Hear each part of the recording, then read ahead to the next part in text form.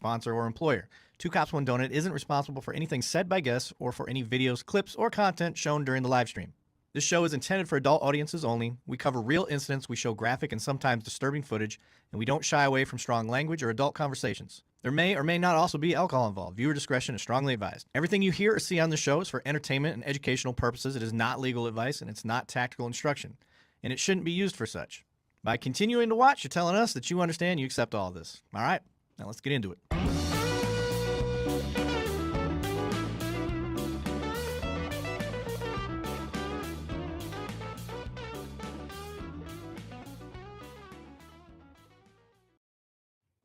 All right, welcome back to Cops, One Donut. I am your host, Sergeant Erik Lavigne, and today I have our special guest with me, Seth, the Texas detective. How are you doing, buddy? I'm fantastic. How are you today? Doing great. You and I have we've been buddies, I guess, now for a little while on the social media. So I first found you, discovered you over on TikTok. And anytime somebody gets on there and is claiming to be a cop, I start paying attention. And my bullshit meter goes off pretty quick when I'm like, this guy's full of shit. Yours did not set my bullshit meter off. And so I started looking into you. I goes, not only is he not full of shit, like this guy knows his stuff. And I really wanted to get you on as a guest. And so for those that are wondering, tonight is not about blaming parents, blaming kids, or telling everyone to throw every phone in the trash. Okay, because you guys are going to hear a lot of stuff about that, I'm sure. Tonight's about awareness. The reality is most parents are behind the curve. They know the old stranger danger talk, but they do not understand how fast predators build trust online, how they move kids into private conversations, how sextortion works, and how shame keeps victims silent. So tonight we're going to talk about what parents need to know, what kids are not telling them, and what to do if your child is targeted. That's kind of what I wanted to do tonight. That is his specialty. He is an ICAC, as we call it in the industry, detective. But I want, if you guys are like, why is he reading? I never read, by the way, Seth. You probably don't know that. But I read it because I really want people, when they listen to this episode on our audio, I want them to know exactly what this episode is going to be about, because I think it's that important. Cops tend to hate dealing with crimes against children because it's one, it's taboo. Two, it stays in our souls, and it takes a special person to be able to handle it. I am not one of those, and I know that about myself. So that's why I never did it. But guys like you deserve a lot of respect, and you don't get the attention you guys deserve because nobody wants to hear it. That's it. It's the thing everybody wants to just turn their back to, because they're like, oh, it doesn't affect me, and I don't want that in my brain. I don't blame people. I don't blame them.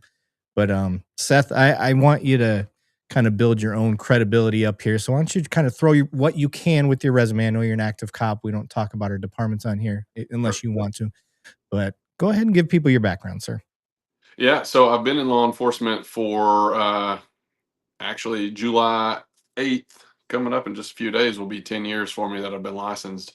So, I started out doing street work, doing all the things that way. And then there were a few calls, on patrol that over time I was like, man, I wonder what came of that case with that kid, whether it be a drowning case or a physical abuse or sexual abuse of a child case, that I kind of wanted a little bit more, um, I guess, a little bit more insight to. So whenever I got the opportunity to move to detectives, I took that test and did all the interview boards and all that stuff that way, and started just kind of taking all types of investigations. Nobody was really specializing in anything related to kids, and we actually had a contract with our county that I work in, that they would just work those cases for us because nobody had ever been trained on that.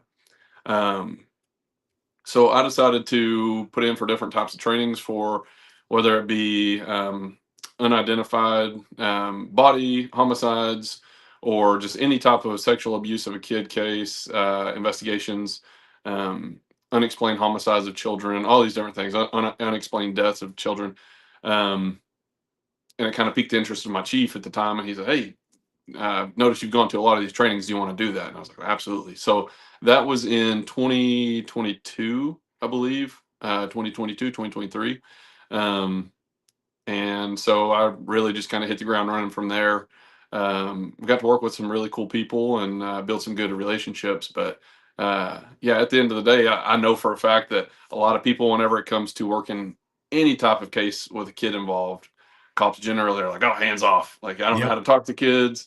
It's sometimes I'll get calls from patrol officers on the way to a scene. They're like, "Hey, there's a kid here. What do you want me to do?" I'm like, "Well, first get there, figure out what you got, and if you need to call me, you can." Yeah. Um, so anything to do with kids, it's just a red flag. We're good at dealing with adults, but whenever it comes to kids, it's kind of a sensitive subject. But what really I think makes me passionate about it is they're so vulnerable, the most innocent beings in the world, and then you have these really nasty adults, and even some teenagers that just they take that vulnerability and they exploit it. So Yeah. that's really and I've got a couple of kids of my own, so. Uh, I've got a soft spot for kiddos. Like I know I spoil my kids, and I think all kids should have some level of spoiling themselves. Yeah, it you tell me if it worked the same for you, but I know anytime I had a bad family domestic situation or whatever it is that a kid was involved, you come home and the first thing you do is you just go check on your kids. Like that's the decompression state where you got eyes on, you can smell them. I know that sounds weird to some people, but like the smell of the room, like all of these things help secure inside your soul that they're okay, even though you knew they were. But there's that you just can't help but put yourself in the position where you're their parent, the of the victims, and it just I would come home every time, and I just my wife would know like bad day, and I'm like, yeah, I just had to check on the kids Hmm. and see how they Well, are. it's that, and then when you go to some of these cases or some of these calls, and you go in the house and you see toys that like you recognize from your home, right? You're like, oh, my kid Yeah, has that same thing. It really, I don't know, solidifies that feeling that you really want to make sure you do right by that kid. Do everything you can to make sure that they are taken care of and that we can keep them from having to be a victim again. yeah. I want to get to this question tonight. Not yet, Freeman. He's one of our regulars here. Um, but have you worked with people that find predators for you? So I don't want to touch on that yet. I want to get to it later in the episode because that is a great question. I'm a big fan of people that like to catch predators. Doesn't matter who they are, but I want to get into the do's and don'ts of that a little bit later. So with that said, sir, let's jump into probably what most people are wanting to hear right off the gate. At least I do as a parent. What types of cases are you seeing most often right now for the grooming, sextortion, fake profiles, gaming platform contact, child sexual abuse material trafficking, or something else? Yeah. So we see a lot of sextortion, financial sextortion, because there's different forms of sextortion. Financial is what we're seeing the most of right now, and that Can you is the kind of one. explain what it is? Yeah. So financial sextortion is basically where the typical age range is about 13-year-old male to 17-year-old male, which I have seen some adults fall into this as well, but it's typically 13 to 17-year-old males. They will be on, whether it be Snapchat, they get a friend request, or whatever their platform is that they're on. They get a friend request from a girl who looks like she's about the same age as this soon to be victim, and they will accept that friend request. And from there, they get messages. Um, just like, hey, how's it going, trying to build rapport with them.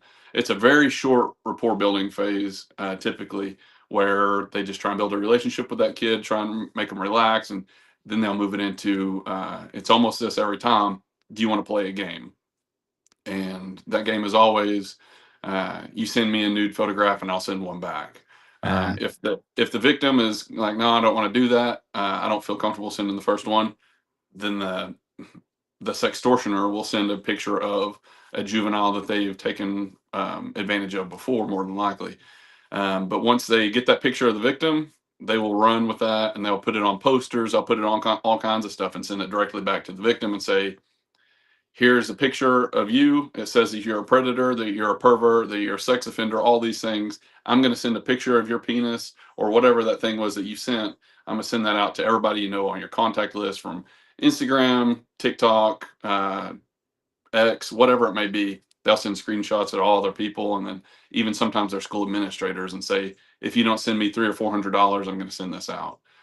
So we're seeing that a lot. And one thing I always tell people is don't pay, because whether or not you pay, if they're going to send that picture out, they're going to send it.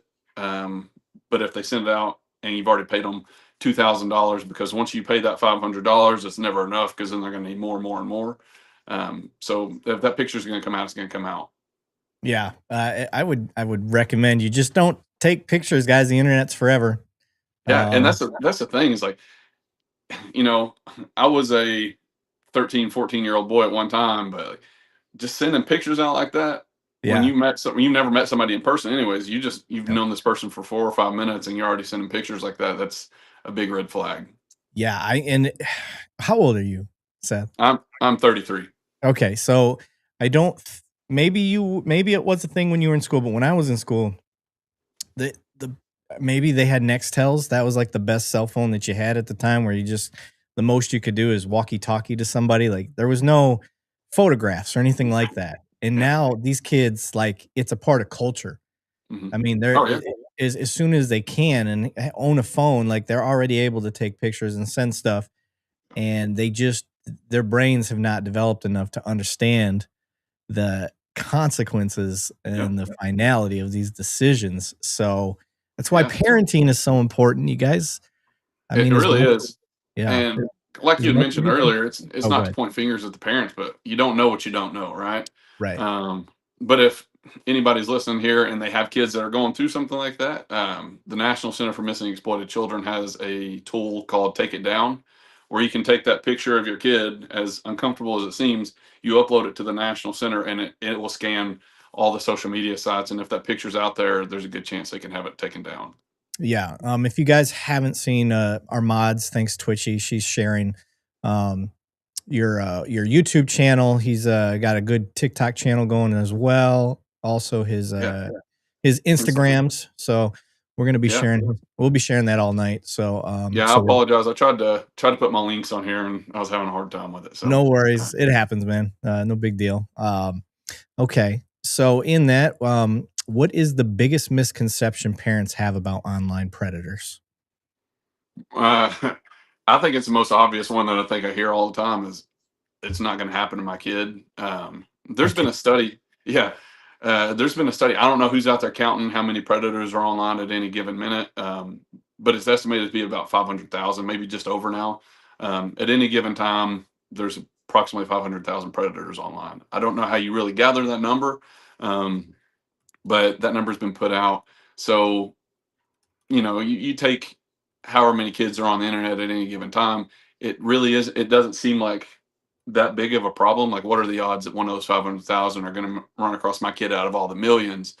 Um, but what happens whenever it does happen? You know what I mean? Right. Like, are you prepared, or is your kid prepared for that? And I think that's the biggest thing is if we don't prepare our kids and have those talks about what are safe discussions, and things that people should never tell you or ask of you, I think we kind of set our kids up for failure, especially just exposing them to the world. uh, See, like Luna's got numbers out there, 500,002. That's crazy. Um, but I don't know. I think that's the biggest thing is people just don't think it's going to happen to their kid, because Yeah. everybody I work with tells me that same thing. I never thought it would happen. I'm like, yeah. So, Yep. Yep. Exactly. When parents hear internet crimes against children, what do they usually picture, and how wrong is that picture? um, whenever people think of like predators for ICAC, is that what you're talking about? Yeah. Is that what you said? Yeah. So, I personally think they're thinking of Chris Hansen like every single time. yeah, So, yeah, why don't you have a seat? yeah. So, Yeah. whenever we think, I don't know, and it's like you can run some of these search warrants for like a child pornography case, and we do the whole investigation to figure out who's in that house, and we can usually narrow it down. Like, oh, that guy kind of fits that thing. But um, I would say what people typically think of is that it's some um, computer person that has all the knowledge and stuff on how to manipulate a computer and try and hide the access that they have and stuff. But I don't think that's always the case. I mean, I've worked cases involving coaches, that um, they've got a base understanding of it, but for the most part, I don't feel like I run across a whole lot of in-depth computer nerds to say. Yeah, Um, but yeah, most of them. I mean, I run across a lot of people that really didn't have any computer backgrounds. gotcha. Okay. Now, when we're talking, I want the parents to understand the risk, that age range. Who are the highest risk, and then kind of the immediate, and then when can they stop, worrying so much about what their kids are doing? But like, what Yeah, would you say the age ranges are for the most vulnerable? the most vulnerable, I would say, probably. I mean, I feel like kids are getting access to things earlier now. But I would say most of my victims are 12 to 16, maybe 17. Um, but I hear of kids 18, 19 still doing the same types of things. But and then the youngest that I've worked a case for was 7. So um, it's it's really just any of the kids. I would say if you're giving your kid access to a phone, um, they're at risk. But I would say the majority of them that I see are probably about 10 to 17 years old. 10 to 17. Jeez, oh Yeah, Pete's. the ones who are having all that access to, like, Roblox, they're occupying all their time with Roblox or Snapchat or whatever it may be. I would say that's our biggest Now, risk factor. I've said this on the show before, and this is only because I've talked to guys like you and, been around, but I want people to hear it from you. Like, I Yeah, try to tell people, if there is something that attracts kids to it, that is where they're going to be. So, video absolutely. games is huge. Roblox, any of them. Yeah. Yeah. I mean, if you think about it, people used to be like, I don't want my kid to go to the playground because there's perverts there trying to take my kid. Unfortunately, a lot of kids don't play on playgrounds as much as they used to, because they are more on their computers and they have more access to different types of online gaming. And that's the thing. Like, predators are going to know they're going to go where the kids gather the most. And that is Roblox. I can't tell you how many times I get reports per month from Roblox. Right. Roblox and Instagram, Snapchat obviously is a huge one. TikTok. Those are, I would say, probably some of the leading social media ones that I see. All right. We got Luna sent in a question here and said, what can someone who doesn't have kids do to help combat this? Hmm. Someone who, well, I mean, first off, if you run across somebody, like, you're on your own social media thing, you see something going on. I mean, you can report. You don't have to always report things to the police, but if you think it's suspicious, like, um, I have people send certain things to me who are like, "Hey, I think this person is doing something with their kids. They do odd behavior with this child or whatever." You can report that to the National Center for Missing and Exploited Children, and they will even look into it a little bit and see if something meets something there. And if it does, they will send it to wherever that account may be based out of. Um, but I think, honestly, like, I know it sounds very cliche to say, but if you see something, say something. Even if you don't have a kid, but you see a kid experiencing, and it doesn't have to just be sexual abuse, um, but you see a kid experiencing some type of physical abuse or something out and about. I mean, you're an adult. We got to step in and try and take care of our kids, even if they're not our own. Yeah, I agree. And I'll piggyback on that. Yeah, if you guys are seeing something, somebody, because sometimes they'll think you're a kid, like Yep. you'll get solicited out of nowhere. It Yep. could be a bot, it could be all sorts of things. But if you see it, one, report it to TikTok or whoever, whatever you're on, report it to that system, and that you're probably all you're gonna do is just get that account banned, and they're just gonna create a new one. Yep. Um, it stifle their attempts. But the other thing that you can do is I tell people, put them on blast. I've had people reach out to me before, and I would this was earlier in the internet, but 'cause I don't think it really works as well anymore. But put them on blast. Just say, hey, this guy's creepy. He might slip in your DMs. Watch out for him, Yeah. and take a little screenshot. If it is a Yeah. real person and they're just getting into this stuff and they haven't done their homework and they're idiots, then a little public pressure never hurt nobody. So, Mhm. um, let me see, what other questions have we got here? How often do offenders pretend to be another kid? Oh, I mean, it happens all the time. Yeah, Because if you think about it, a kid's probably not going to openly, like, if we're talking on an online sense, yeah, a kid's not going to want to just go out and talk to a 45-year-old man. Um, but with the use of AI and stuff like that, it's not very hard to pretend that you're a 12-year-old little girl, um, and have access to the same things as these kids have access to, because all kids' minds think of is they want friends. Yeah. Whether they're not able to make friends out at school or on their baseball team or whatever it may be, softball teams, if they can make friends online, then it means something to them. And Yeah. these predators, they know that. They know how to build that relationship with the kid. So I would say almost every time that I've worked a case of online sextortion or anything like that, it's involved somebody pretending to be a juvenile. Okay. I kind of want to get into how and who they target. I'll give a shout out to Mr. Billfold here in the chat. He said, "Hey folks, I'm in the chat now." He's one of our regulars. To all our regulars, what's going on, guys? So let's get into the vulnerable. Now we know the age range, but there's always particular types of kids they're looking for, and Mhm. they're asking specific questions, and it's like grooming process of them trying to figure out if this is the proper target or not. Um, what type of kids are they looking for, generally speaking? Um, I honestly, I believe that a lot of it has to do with troubled kids, kids who like to run away or kind of rebel against their parents, don't have good relationships with their parents. And you hear people say, people with daddy issues. I do believe that is an actual thing, because I do some undercover chat stuff, and that's something that I run into a lot. Is um, the whole "is your dad present" kind of thing, right? Um, because I know that's what predators look for. Even going through so many different types of trainings and watching interviews in progress, um, people just talking about how they would target kids who had a weak dad or a non-present dad, somebody who just wasn't there for their kid. Um, so I mean, all of those things, honestly, trouble at home, trouble at school, not present with parents. Parents don't really care what the kid's doing. If the kid has access to get out of the house, those are the ones they're going to go after. Okay. So that goes to show for the parents out there or any like us, like just even me as a parent seeing my kids' friends.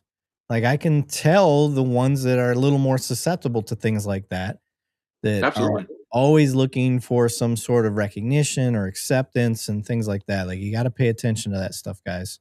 yeah, Um absolutely. And I mean, I even think of it like my house is a safe place, right? Like I know for a fact a kid is not going to be sexually abused in my house. But some of my kids' friends who just come over and, their parents have never really even tried to meet me. I'm like, how do you just let your kid yes. go stay somewhere without even knowing the dad? I personally, my kids don't really ever go anywhere to stay the night. I don't. I'm not a fan of that. But we welcome other kids to come here if they want to. Yep. But you'd be surprised by how many parents I've actually never even met. They just drop their kids off at my front door and like, what in the Yeah. world? That makes no sense to Insane. me. Nope. I tell my kids no. Both mom and dad are coming over. Yeah, I have found in most instances there is no dad. So, yeah, no offense to my kids' friends, but yeah, yeah. there's usually not a dad in the picture. But anyway, same thing. I don't want them unless I've met them and I've built that trust up with them. KP Nation asked, "Do you think the amount of PDFs have gone up since the launch of social media?" He would believe so.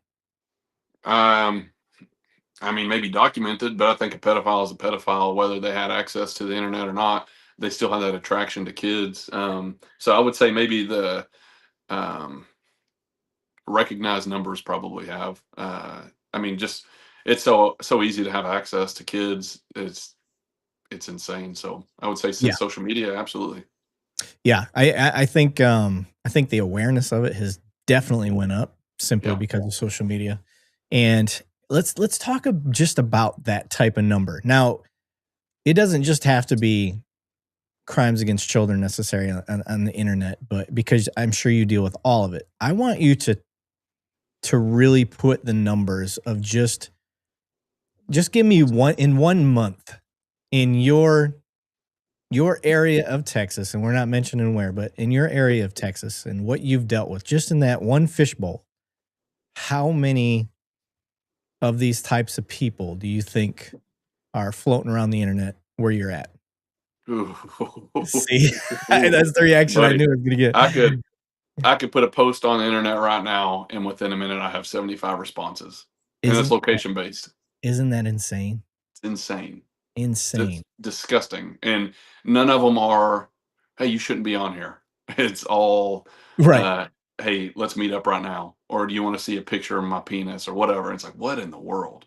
Yeah, What in the world?" that So, is insane.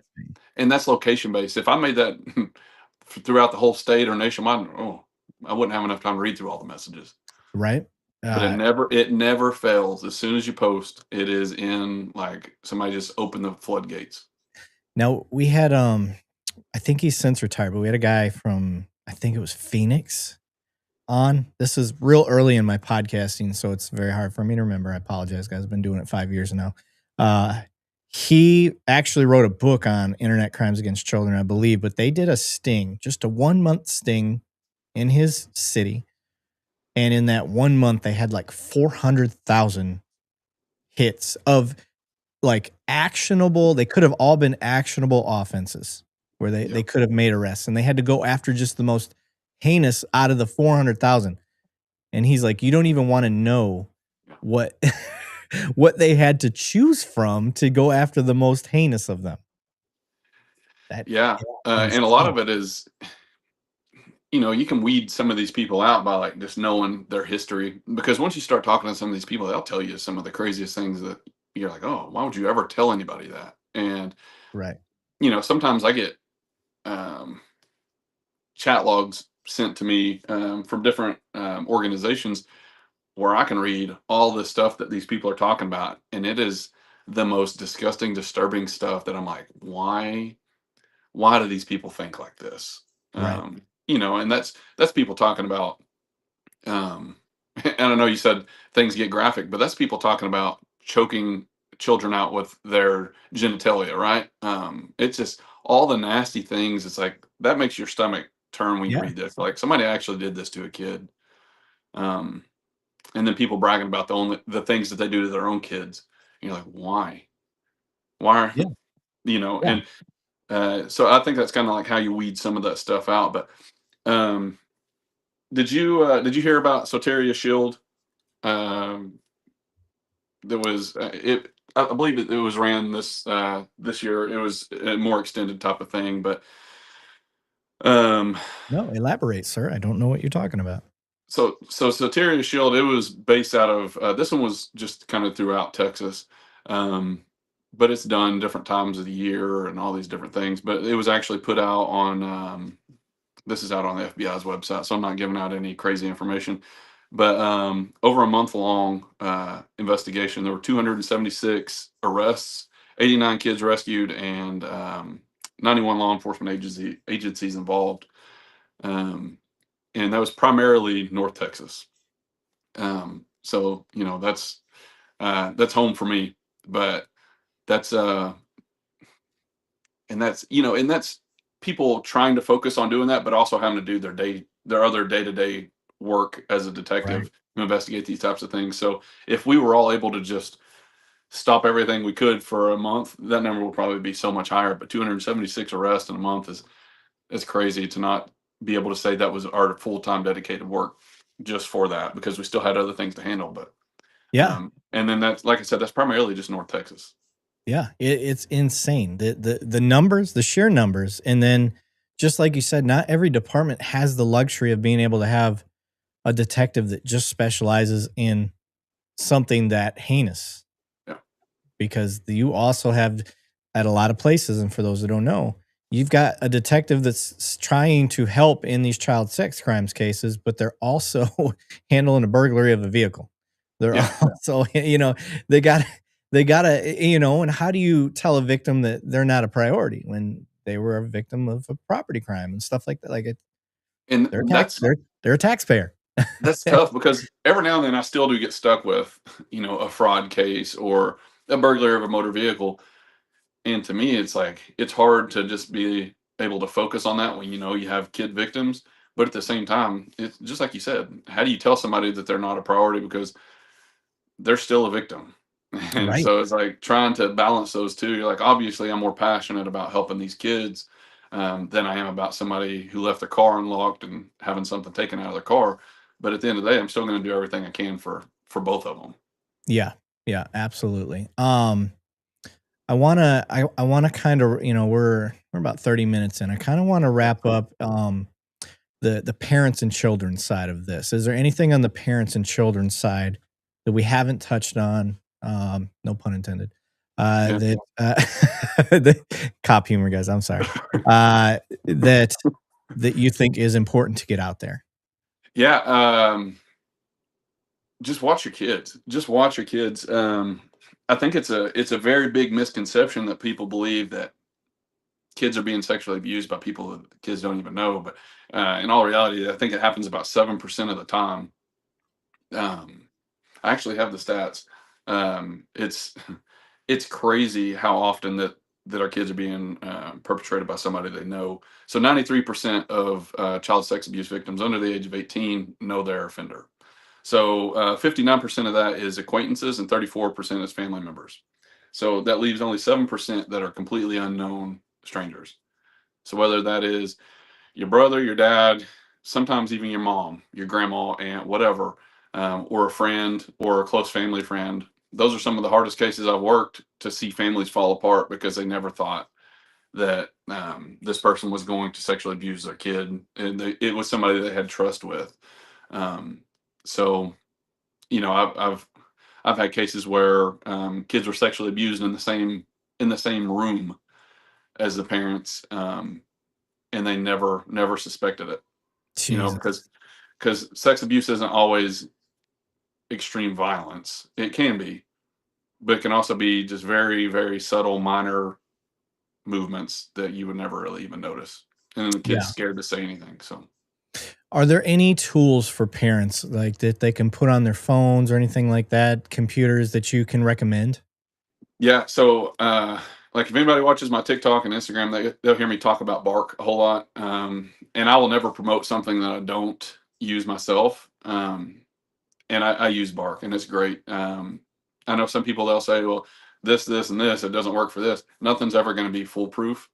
But having, if you don't want to go with bark, go with some other parental controls, but something to monitor what is going on your kid's phone or their computer or their iPad, whatever it may be. And it's not to eavesdrop and it's not to invade privacy, anything like that. I don't know everything my kid talks about, but I do know when my kid brings up something that's either medically concerning or depressive, or if there's any kind of sexual referencing, anything like that. I'm alerted to those things. And I think that's where parental controls help parents and kids really save a lot of heartache and a lot of depression that way. Because if you don't know what your kid's going through, this is something I forgot to say on the sextortion side of things. I believe the number or the average time if a kid is going to kill themselves after they've been sextorted it's in the 20-minute time frame, 20 to 30 minutes. So if you're not aware, you're more than likely going to be too late if your kid's going to kill themselves. So um, that's where I do believe parental controls can really honestly save your child's life. Yeah. So, Um, but yeah, anything to give you a little bit of a head start and trying to prevent your kid, I think is a yeah. very good thing. Can you kinda just give a generalization of what bark all helps you watch? Yeah. So I have the settings on my kid's phone. So we use the Bark phone. There's a watch, there's an app, and there's a phone. We use the phone. Um, so basically, um, anything violence, sex related. If somebody tries to talk to her in a way that's inappropriate, it'll notify me of that. Uh, like she was sick just a couple days ago, and she texted her mom saying that she felt she wasn't feeling very well, and it gave me a notification that there was maybe a medical concern going on. And so I'm like, oh, as minor as that whole thing is, I would rather know if it was something like I want the small things to catch, so I know for a fact I'll catch the big things. Um, but also, I know what she has access to. I don't allow her to have Snapchat. I don't allow her to play Roblox. So if she wants to download those things, it has to send a request to me, and I approve it or I deny it. Yeah. Um, and so I want her to know how to use technology. I'll allow some things, but if there's a messaging options on there or anything like that, we don't do that. But I don't want to hold her back from being able to use technology because technology is continually growing and it's not going anywhere. But I Yeah. want to teach her to use it safely, and I think um, that's where we kind of fail sometimes as parents. Is um, I've referenced it in videos before. We teach our kids how to crawl before they can walk and walk before they can run and ride a bicycle with a helmet. And they learn how to drive a car with us there with them, teaching them before we throw them keys and say, hey, take off, drive down the highway, and hopefully you make it. But Yeah. whenever they turn 10, we just throw them a phone and give them all the access to the world, Right. and the world access to our kids. You know, like Yep. I've even phrased it, we would never be okay with our kid going to sleep with a 40-year-old man, but we're okay with a 40-year-old man coming in our kid's bedroom and may not physically be there, but they're there on the phone and they're trying to talk to our kids. So parental controls, I believe that's our way to kind of mitigate what's going on, make Yeah. it harder for the predators. Yeah. I'm see, that's the type of stuff I was hoping to share tonight. Just Mhm. I want people to understand there's tools out there that we can use. We can help monitor our kids. There's I hate saying it. Absolutely. Sometimes you got to teach parents how to parent. It, Yeah. it's 100% true. And don't let your ego get in the way, parents. If you're like, I ain't letting nobody tell me how to parent my kids, like Yeah.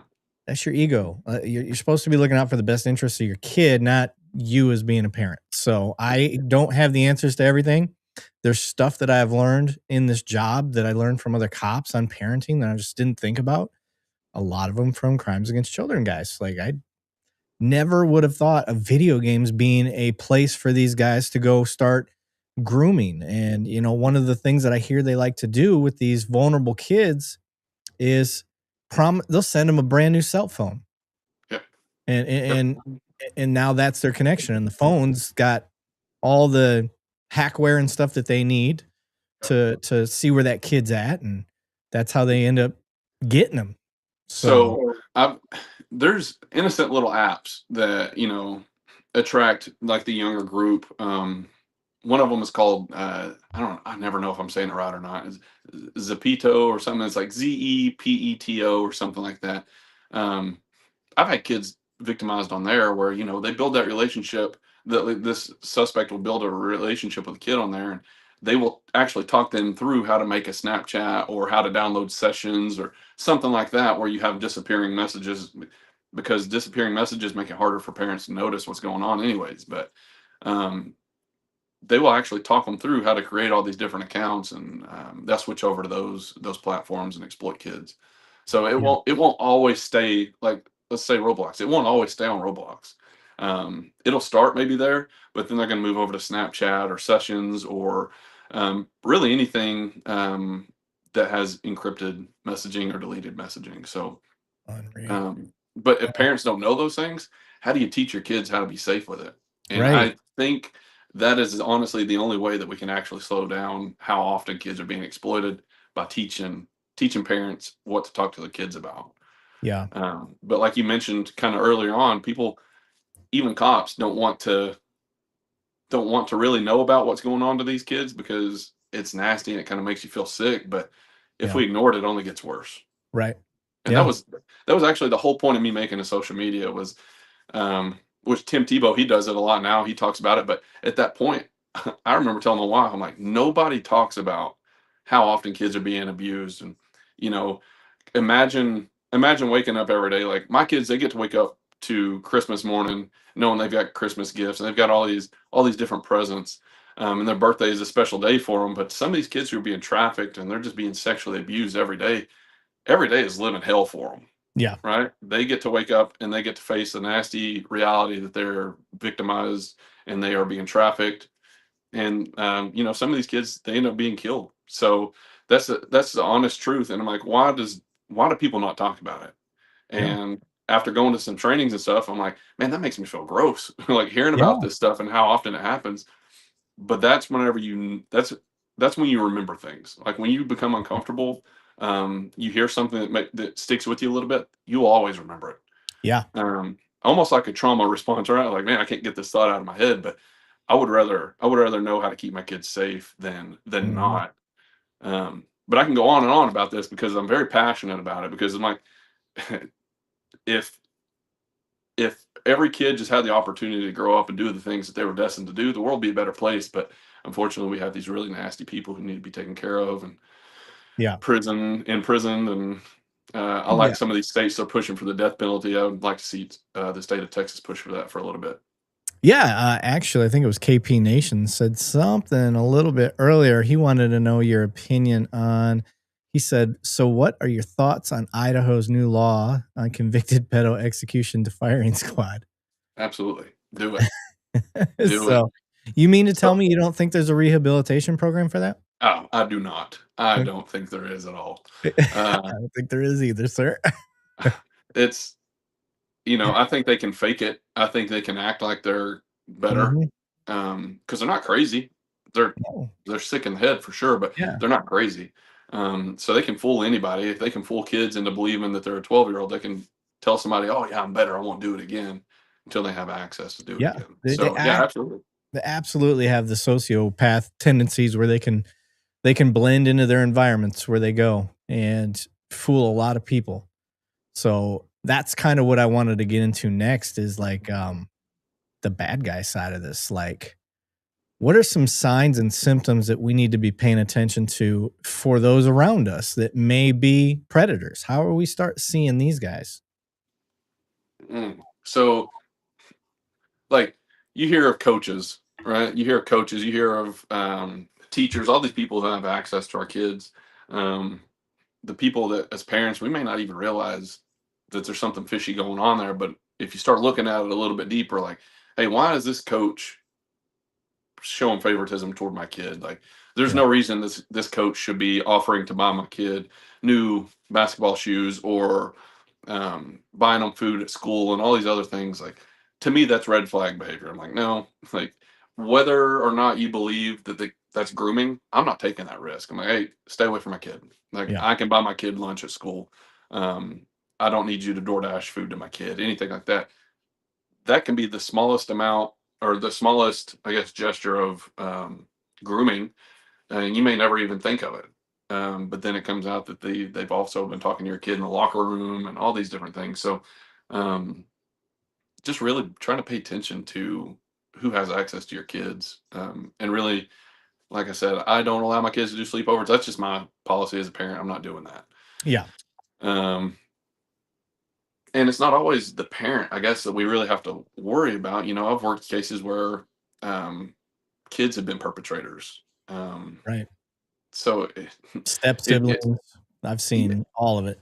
yeah, if you look at it and all the like totality of it, it's like, man, it's overwhelming, because you're like, man, everybody's a suspect. But in all reality, they're not. I think there's more good people than there are bad, but the bad ones really, they kind of ruin it for everybody because they don't show themselves as bad until it's too late. Right. So to answer your question, how do you really tell or prevent somebody from accessing your kids? Um, I think it's just, honestly, it can be the smallest little thing that can be a grooming behavior, right? Yeah. Coaches, teachers, youth pastors, cops, doctors, you name it. Really, anybody who has access to your kid. I think predators put themselves in positions to have access to kids, and it's not suspicious. Yeah. Um, like, if I wanted to have access to a kid and I wanted to do something to a kid, I would do something where I'm primarily just around kids, Yeah. and nobody's going to second guess my position, Yeah. right? I So, mean, shit, look at Disney. you know, I, I made a video.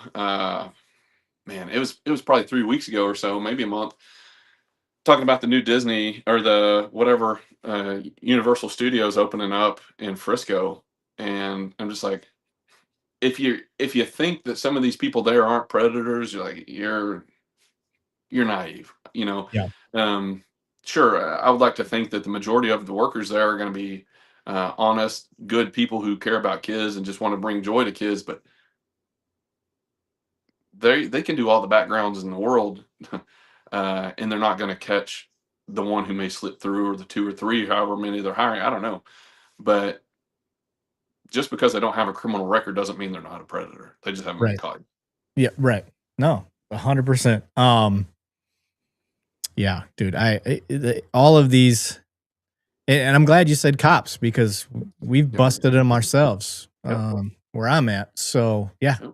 uh, you're right. It's these positions of trust that makes it harder to spot and easier to trust.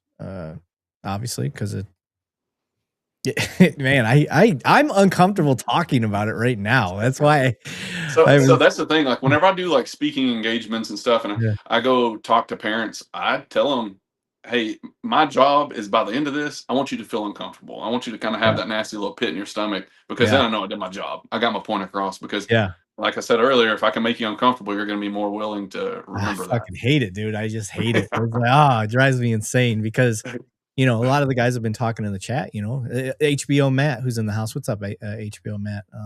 He's our Second Amendment rights guy. Oh, yeah. One of them, First Amendment rights guy as well. But he said if we just keep arresting them, they won't come back. Which, Yeah. holy shit, is that one of the most frustrating things ever when they keep Well, getting out because they were only caught with just, uh, like what I consider it a big thing, but the courts for whatever consider it, well, it's just materials. It doesn't mean that they're dangerous. And you're yeah. like they're attracted to kids. Like, Mhm. Yeah. How much more dangerous can you be? how much more dangerous can you get? Like, Uh-huh. how long are you going to be able to keep them urges back? Yeah, and that's the thing, and so, like, there's this statistic, I may butcher it a little bit, but it's in the 70%, like 73 or 74% of child sex abuse material viewers. Anybody who's watching child pornography, there's a 73 or 74% chance that they've already physically, or I mean, sorry, sexually abused a kid. Um, and almost, I think every one of them that I've actually interviewed after I've arrested them, they've all told me that, they have the ideas and they have the thoughts of it. But that's their kind of their way of controlling the urge. And I've even had some of them describe it as a craving, um, to watch child pornography. I'm like, what in the world? That's crazy. That's just a wild Yeah. choice of words. So, HBO Matt dropping $2 in the chat. Thanks, buddy. He said, this was a police chief talking about me, Eric. Oh, yeah, he got arrested, or he at least threatens to get arrested for, just fighting for Second Amendment rights and Yeah, First Amendment rights. Like, it's yeah, crazy. Some of the it stupid really shit is. some of the stupid Some shit cops cops drive me do on nuts with that. I Like know. just leave it alone. Yeah, you see my platform, a lot of the stuff. I'm just like, "Look at this cop screwing up over here. Oh, look at this Yeah, cop screwing up over here." Like, insane to me how many of us screw the pooch, and my guys are gonna love you automatically because you put cops in the that target area of people that can be predators, yeah. and, like, how else are we supposed to gain credibility when we try to turn a blind eye that even our own people can No, be predators? That's not would be yeah. dishonest and disingenuous. I bad cops like that. Oh man, I don't know. I can't stand them. Like I Yeah, tell everybody, I want my family to be proud of the profession that I have, and I want to leave a good experience with everybody I deal with. I'm never a jerk to people. Even whenever I'm working a case, I'm there to do a good job, and I'm there to make sure that I'm doing justice for the yeah, victim. Um, but then you have the cops who go out and they just really, I'm like, where's your common sense? yeah, Where is it? Like, yeah. how are you expected to rescue people in need or protect people in need, and you can't even make just simple decisions? Like, you're Right. out here, it almost seems intentional that you're making stupid decisions. I don't know. Yeah. like, Are you like, intentionally this obtuse? yeah, Yeah. it's ridiculous. Yeah. Okay, so this was another question. This was a good one. This one was sent in. Said, walk us through the first 10 minutes after a parent finds out their child has been a victim. What do they do?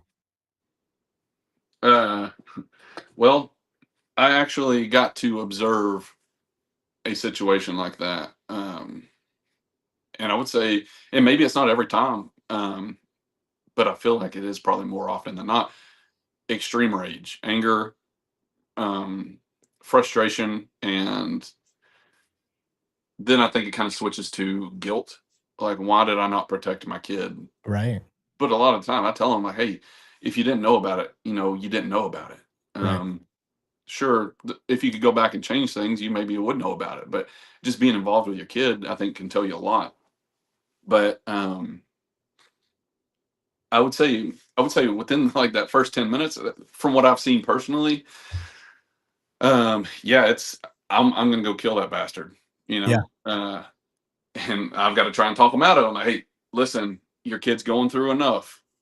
They need their dad, right? They need their dad to see them through this. They need you there to help them make it through this whole situation. And that seems to kind of calm them down a little bit. Maybe not so much calm down, but have them think more clearly about how to be there for their kid. Because me as a parent, I've oh man, I don't know. I've even thought like if somebody ever put their hands on my kid, you know, Right. it's I'm definitely losing my job, probably gonna lose my freedom. But at the end of the day, I you can gotta sleep at you night. yeah, but you gotta try not to get caught so much caught up into that because like as much as you want to do something right for your kid, what's gonna help them move forward is having the parent still there for them. Yeah. Because if we go out and we just start offing people who did wrong to our kid, um, it's just gonna make it that much harder on our child who's already going through the worst time they could actually ever face, I think. So What type of tips would you have for him, like things to say, things not to say to the kid if you find this out? yeah, so um s things I would definitely not say. I wouldn't blame the kid, Yeah, even they if it can was blame you. Yeah. something that we think is crazy, right? Like a 13-year-old sending a picture of their business to somebody on Snapchat. Yeah, I'm gonna be frustrated. I'm gonna be like, "Well, what were you thinking?" Yeah.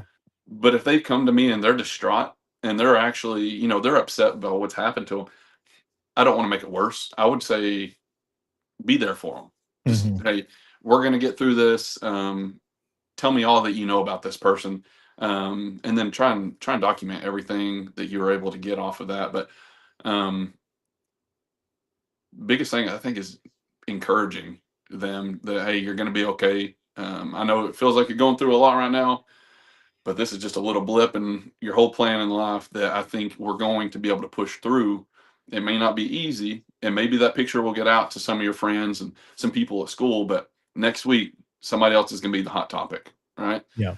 So let's get through this, just working through it together, and that's in the ideal world. I understand parenting; you'd be fired up, frustrated, like what were you doing? Yeah. But sometimes words can hurt pretty bad, especially in a situation where somebody's already devastated. So Yeah. Yep, absolutely.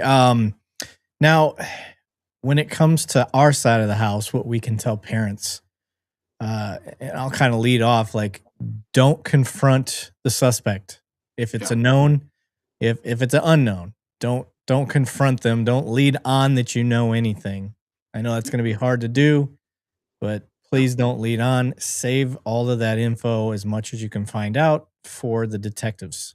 yeah, So you got a good chance of getting them. You got anything to add on that? yeah. I mean, I think you hit it right on the right spot. Like, don't go confront them as bad as you want to. Don't go over there. Don't let them know that you know anything. If there's communications happening over a phone or social media, anything like that, be willing to separate from that phone for a little bit, because we can do account takeovers, right? Yeah. Um, that people don't even know that the conversation is switched from that kid to a detective or whatever, and then it helps us build our case even more. So definitely don't overreact, which I know is kind of hard to do, Yep. um, but report it. Yeah. I've had cases where little kids have been victims, and the parents were mad that the police showed up at the house because they didn't want the police in front of their home and slammed the door in our cops' faces. Like, no, get out of here. My kid did something stupid. I'm like, no, your kid was taken advantage of. We're here to do right by that child. Right. Um, so make sure that, get your kid the help that they need. Don't overreact. Call the cops. And like you said, document everything that you can. Yeah. Now, this is kind of the perfect opportunity. I want to, because some of the people are asking this question again. I said I wanted to get to this question a little bit later in the show. So we're about an hour in. So I think this is a good time to bring it up. Now, we've got, you can call them vigilantes, whatever you want to call them. You got a bunch of inspired wannabe Chris Hansons out there, and Yeah. some of them do an excellent fucking job. Yep. I mean, excellent. And the guy I'm about to show you, he's a 20-year retired cop. Oh He yeah. knows what he's doing. So I'm gonna share the screen. Um, Here we go. Share. I don't know how well it's gonna show up on here. Okay. What looks better? There we go. That's bigger. All right. Let me hit play here. Come over here, interviewed him. You interviewed him too? Yeah, we always interview. How come not just give it to law enforcement once he started having sexual conversations? Well, we don't have to Mirandaize them whenever we ask them any That was my questions. question. Okay, well let's hang on a second. Yeah. Let's just. How come not just give it to law enforcement? Okay, well first of all, with all due respect, because of this attitude, because we've done it before and they've taken it and said thank you very much. We never got any outcome out of it. That you know of, maybe. No, that I know for sure. Well, I can't speak on every Sure. case that you bring to people. Yes, ma'am. But what I'm telling you is, when you guys take this into your own hands, Yes, ma'am. and you start talking to them, it's entrapment. You don't have all the classes to talk to people. You don't have all the wherewithal. We can't use any of that. And then you come down here and you interview him, which one, isn't safe on your part. Sure. Two, we can't do anything with it still. So now it's just a documentation, and you kind Well, of can I ask? hold on. Sure, go ahead. You kind of ruined anything that we could have done with it, because he probably is a creep, and he probably does need to go to jail. Well, I'm certain he's a creep. Yeah, and he so- does need to go to jail. All right, if you don't mind, again, Yep. I'm not trying to be disrespectful at all. No, go ahead. I'm retired law enforcement, 20 years. So you should know exactly what I'm talking And I about. know you're also wrong, respectfully. 100% not. So go Well, ahead. entrapment is not a statute, it's not a code, it's a legal defense. Exactly, and it's how we Okay. lose cases. Okay, but that entrapment only applies to law enforcement and government entities. It does not apply But to you're private working citizens. on behalf of us. No, no, before- negative, negative. I'm still talking. Quick back. All right. I will lead the charge because I don't want to just throw you out there. He's 100% right. She's fucking full of shit and was trying to get out of doing a report. That's what I saw. Instead of being excited and saying, oh my God, here we go. He's got all the ducks in a row for me. Let me help start getting this report started so a detective can help get going on this. That's how I see it. You know, we're both cops in the same state. Is there any validity to what she's saying in your opinion that you've seen? Because you're the expert. I'm not. And like I said, I've told you guys, I don't deal with these cases. There may be a point that she has that I'm not aware of, but I don't understand how that could just ruin a case. One, we citizens can't do entrapment. They're not cops. They're not government. So, what's your thoughts, sir? I think she's trying to get out of taking a report. Honestly, is what it sounds like. Okay, thank you. Yeah, I mean, she's like almost defensive for the guy. I'm like, what are you doing? Like, you know, this guy's a pervert, like a predator, obviously. I'd be pumped. I'd be like, bro, really? You did all this? Yeah. That's fucking awesome. Now, whenever it comes to going to court, hey, let them figure that whole thing out there. I'm still going to take that report. Right. If I'll tell you what the courts are going to look for, more than likely is if the chat was handled in what is referred to as like the ICAC standard, right? Where you're not leading the conversation, you're not the one who's bringing up the sex talk, you're not talking about meeting up, you're letting them initiate all of that stuff. You're just throwing out random things, right? Yeah. So I think that would be one of the biggest things, is based off of how the conversation went. Yeah. But if I were a patrol officer and somebody came up to me and told me, hey, this guy's been talking to kids, I'm not brushing that off. Right. You know, I'm absolutely And if I'm you taking the report to see what we've got, and then, you know, if not able to make an arrest right then and there, at least, you know, yeah, try and get an arrest warrant on this dude, something. But right. If it's a meetup, if you came to the, like, I don't know if the guy actually showed up on this one, but if you're on scene and they're showing me evidence that shows that you tried to meet up, it doesn't matter what the conversation was. You're going in cuffs. Like, the end of like, I don't care. I'm gonna let the DA figure out. Oh, well, we didn't have it. Okay, cool. Yeah, I did absolutely. what I need to do. If that person came there with the intent to have sex with a kid or engage in any sexual conduct, yeah, I don't see a reason in hooking that person up. I don't see a reason in not hooking that person up. Aside from the fact of whatever this lady's mind was doing, I don't know. But I've watched that video before, and I'm like, why would she argue that hard about something that we know is morally wrong and criminally, this guy, he's violated a penal code. I don't care what state you're in. I don't know of a single state that it's okay to go talk to who you believe is a child and want to go Right. have sex with them. So And having the one, it was ego. That was the big part. Two, laziness. This is just me speculating on my own opinion of doing this job for 20 years, guys. yeah, So you got laziness, ego, and then assumption. She just assumed it was Joe Blow citizen trying to be a vigilante, playing Batman, which I'm okay with that. But because we can't, I already told you guys about the 1 month case in Phoenix that had 400,000 potential arrest cases.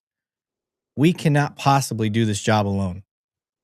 It's just we're not going to be able to do it, but we can do it together as a community. And I got no problem with this guy doing that, especially if he knows what he's doing and putting solid cases together. He's only for sure.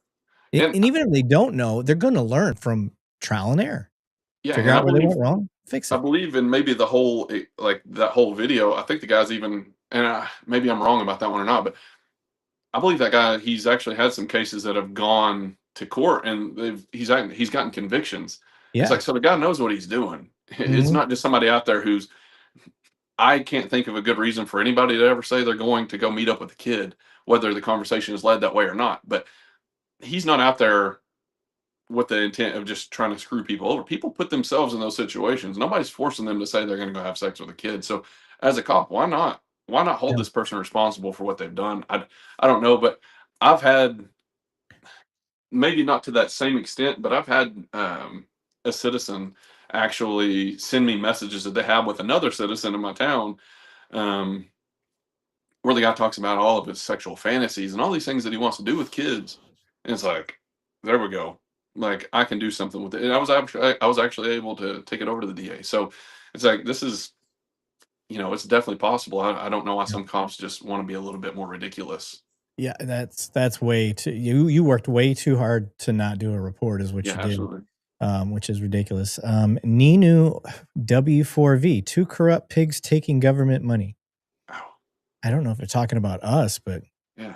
one can, if they're talking about us, one can only assume that you support child predators. Hey, yes, that's exactly right. And I say that all the time. The people who always give negative feedback whenever we talk about how to protect the kids, those are the people they're mad because we know what they're up to. Yeah, I would say maybe you should do better.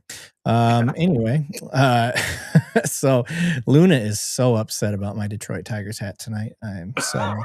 So sorry you have a bad choice in teams that you like. So I will say the Tigers missed a golden opportunity. They played Texas on 250 on the anniversary. And they're all wearing the red, white, and blue stuff, right? Now, they played the Texas Rangers, who are a red, white, and blue team. Neither the Rangers or the Tigers made their entire jersey in this fashion, which pissed me off because had the Tigers not what I wanted them to do, they wore their gray jersey. That was mistake number one. They should have wore their white jersey, and then where it says Detroit across it, or whatever one they wore, the one with the big Old English D here or whatever. Yep. That should have been red, white, and blue. But all they did was color the numbers. And they wore the gray jersey with the orange across. It looked horrible. It was horrible. It was a big mistake. The Rangers look good because the Rangers are red, white, and blue. So it still looked good, but it could have been a little better for the Rangers. But we whooped that ass 3-0. So is what it is, guys. Haters gonna hate. God bless these United States, but more importantly, he blessed the Tigers on the 250th. So is what it is. Yeah, I wish you a baseball fan?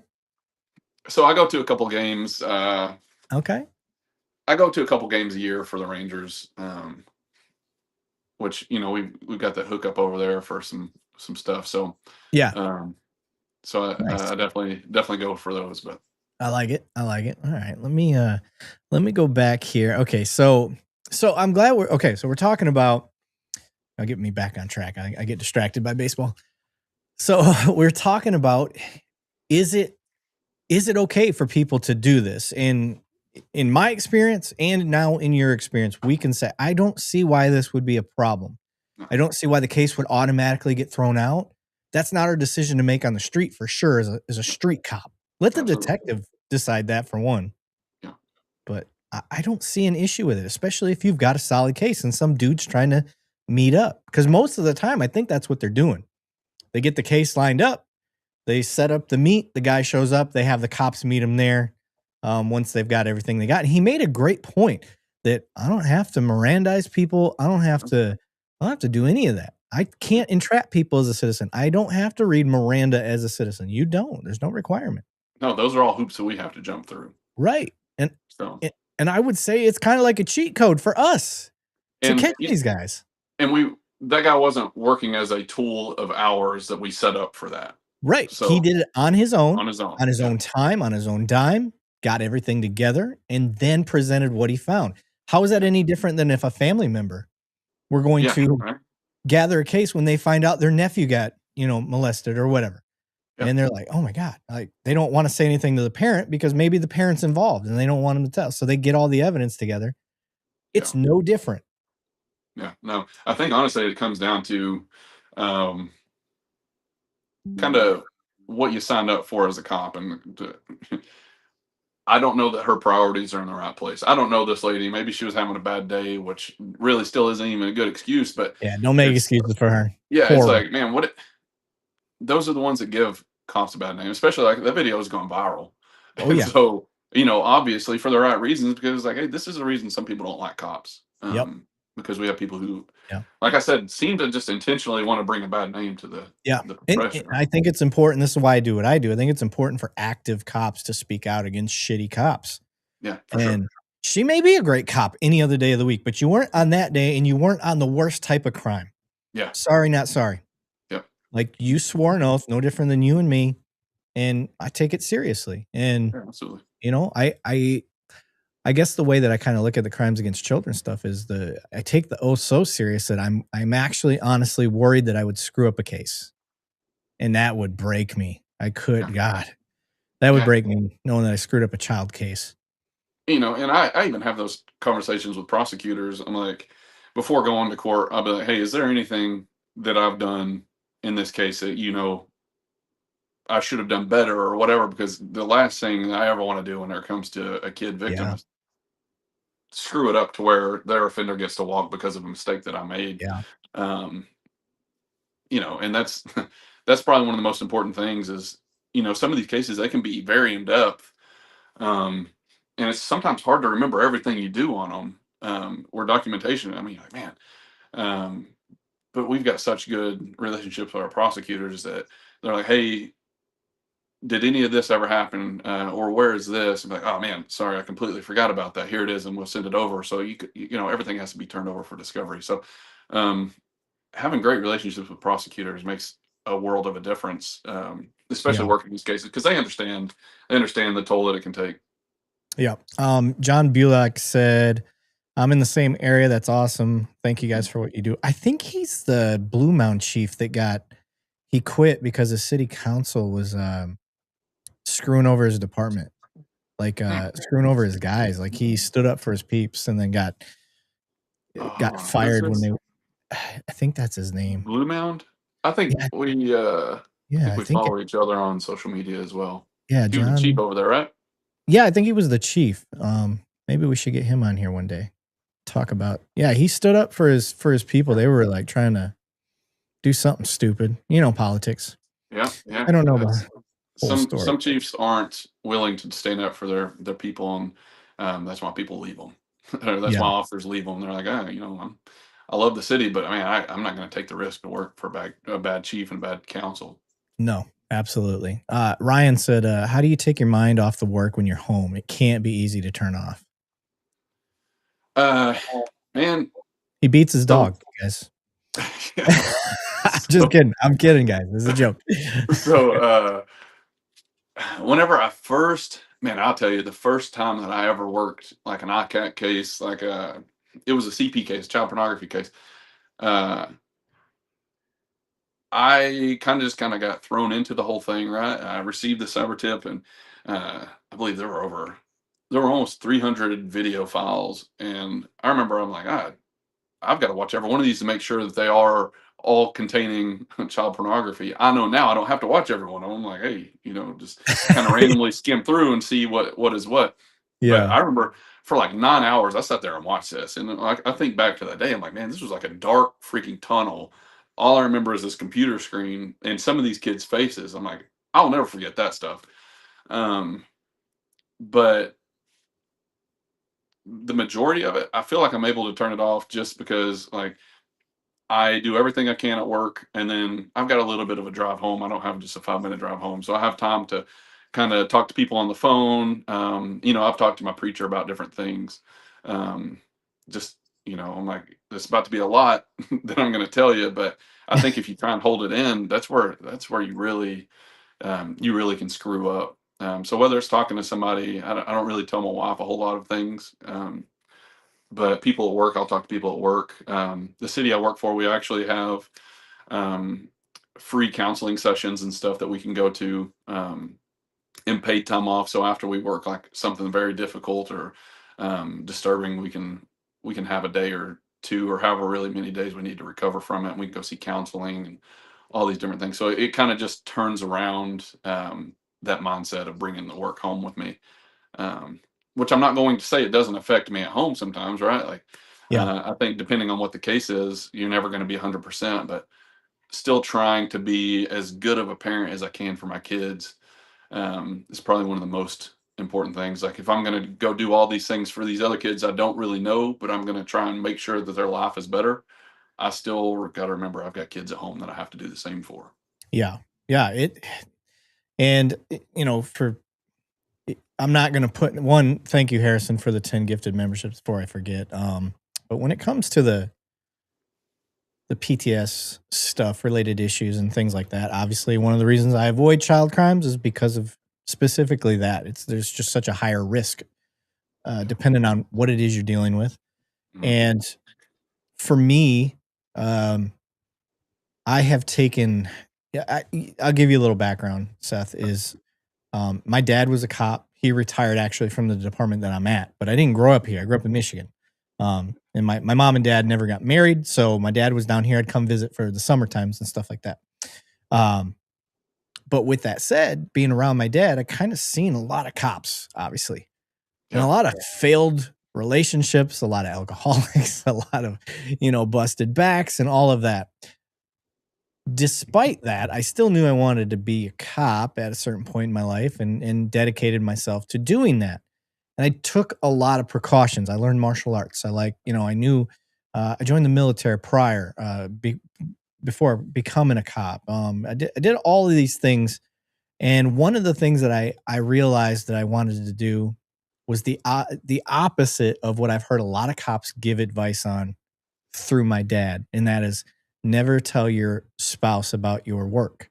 And I don't agree with that to a point, especially when it comes to with what you deal with. Like, the point, the deal me and my wife made was, she'll ask, hey, like, I could tell you having a bad day. You want to talk about it? I'll say, yeah. How much do you want to know? Do you want the dumbed down version or do you want the full money? And I'll give the girl credit. We've been together since 7th grade. And yeah, it was just one woman for me. Very good. Very good. Yeah.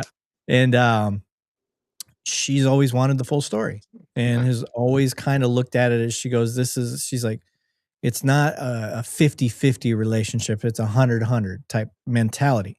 She's like, so if you've got to deal with it, like, I need to be dealing with it with you to help you. And I said, okay. So we did that, and it has worked tremendously for us. I'm not going to say that works for everybody. And I honestly don't know how deep in the weeds I could get with what you deal with. I've only had one significant child case that I ever had to deal with. And I was a property crimes detective. Like, that wasn't my job. So I'll give you guys the backstory. I don't think I've ever told this one on here. So there's a Buddhist temple where I'm at, and I'm not talking like a little like stand-up Buddhist temple. I'm talking like, when you make the block, it looks like you just hit another country. It is ginormous. It's beautiful. It's actually one of the most incredible places I've ever seen. And it's so weird to see in Texas. So, but they were getting burglarized left and right because they leave everything open. They're Buddhists. And I'm trying to work with them, and I'm showing up and they're like, yeah, they broke in again. I'm like, damn, God, just lock this shit up at night, please. So now I'm taking me and my property crimes team. We're a field team. We don't spend a whole lot of time in the office. We find leads and we're out looking for these guys, right? Yeah. And I was like, let's swing by the Buddhist temple and just make sure they're good. Swing by and there's a car parked out front. I know they're not open. It doesn't make sense. The car looked out of place. So we just pull up behind and run the plate, and it's tags are out of date. Everything about it looks suspect. Make contact. It's a female driving and a male in the passenger seat. And right away, as we start to talk to them, things are weird. So I asked the guy to come out and talk to me. He's like, "Hey man, do you mind stepping out talking to me?" And he does, and so as he's talking to me, she's talking to one of my buddies, and we get together. I'm like, what'd your girl say? And she's like, well, she was homeless. She has 3 kids, and he rescued her from the homeless shelter. So he was going through grooming, looking for the right target. And as I'm talking to my guy, I'm asking him, like, whose car, is it your car? Is it her car? And I'm telling him, I'm pretty upfront when I'm doing an investigation. I'm like, hey man, we're here because this place keeps getting burglarized and you guys are parked out front. I was like, at an odd time, I'm looking out for these guys. They've been victimized too many times. Like, what's the deal? And he's telling me, he's like, oh no. He's like, that's my girl and that's her car. And I was like, oh, okay. And I was like, that's weird. And I was like, you let your girl drive? And he's like, oh yeah, I'm not really allowed to drive. I was like, oh, okay. I was like, that's cool. And he's not really getting specific about anything. I'm like, all right, I'm asking him, like, do you stay around here? Where do you stay? And he's telling me that he stays over at this one spot. And when my partner was talking to her, he's like, no, she lives with me. And I'm like, well, where does she live? And it was nowhere near where this guy said he was staying at. Long story short, nothing sat well with us. And he gave us a name, and I didn't have a right to his name, so whatever name he gave us, but we couldn't find him. But we'd been talking probably 15 minutes. I was like, we gotta go. We don't have anything. We can't hold these guys here. We know they're not here burglarizing. We gotta go. So we cut them loose. And then we go back to the office and we start looking into this guy because all of he's the one that was giving us the weird vibes. And we go back, and then about 45 minutes later, one of my guys finds who he is. Shout out to Santos. He's the one that found this person's information. And it was one of those times where all of us that were involved, everybody's spidey sense was going off. We just couldn't pinpoint what it was. And I wasn't going to child predator guy. That's not what was going on in my mind. Something wasn't right. I just couldn't figure it out. Well, anyway, once Santos found this guy's name, all of the child, sex predator stuff lit up like a Christmas tree on the hit. And we're like, oh shit. And that's when, the other co-detective, Cole Brock, I'll give him a shout out too. He's like, oh no, like, he was grooming the homeless shelter. And he started putting it together. I was like, oh my God, you're right. And now the pit of our stomach, because we just let this guy go with her back to her house where these 3 children were. They had a 4-year-old and 2 7-year-olds. They were twins. Oh yeah. The 4-year-old was nonverbal. So, and he'd been with them for about a year.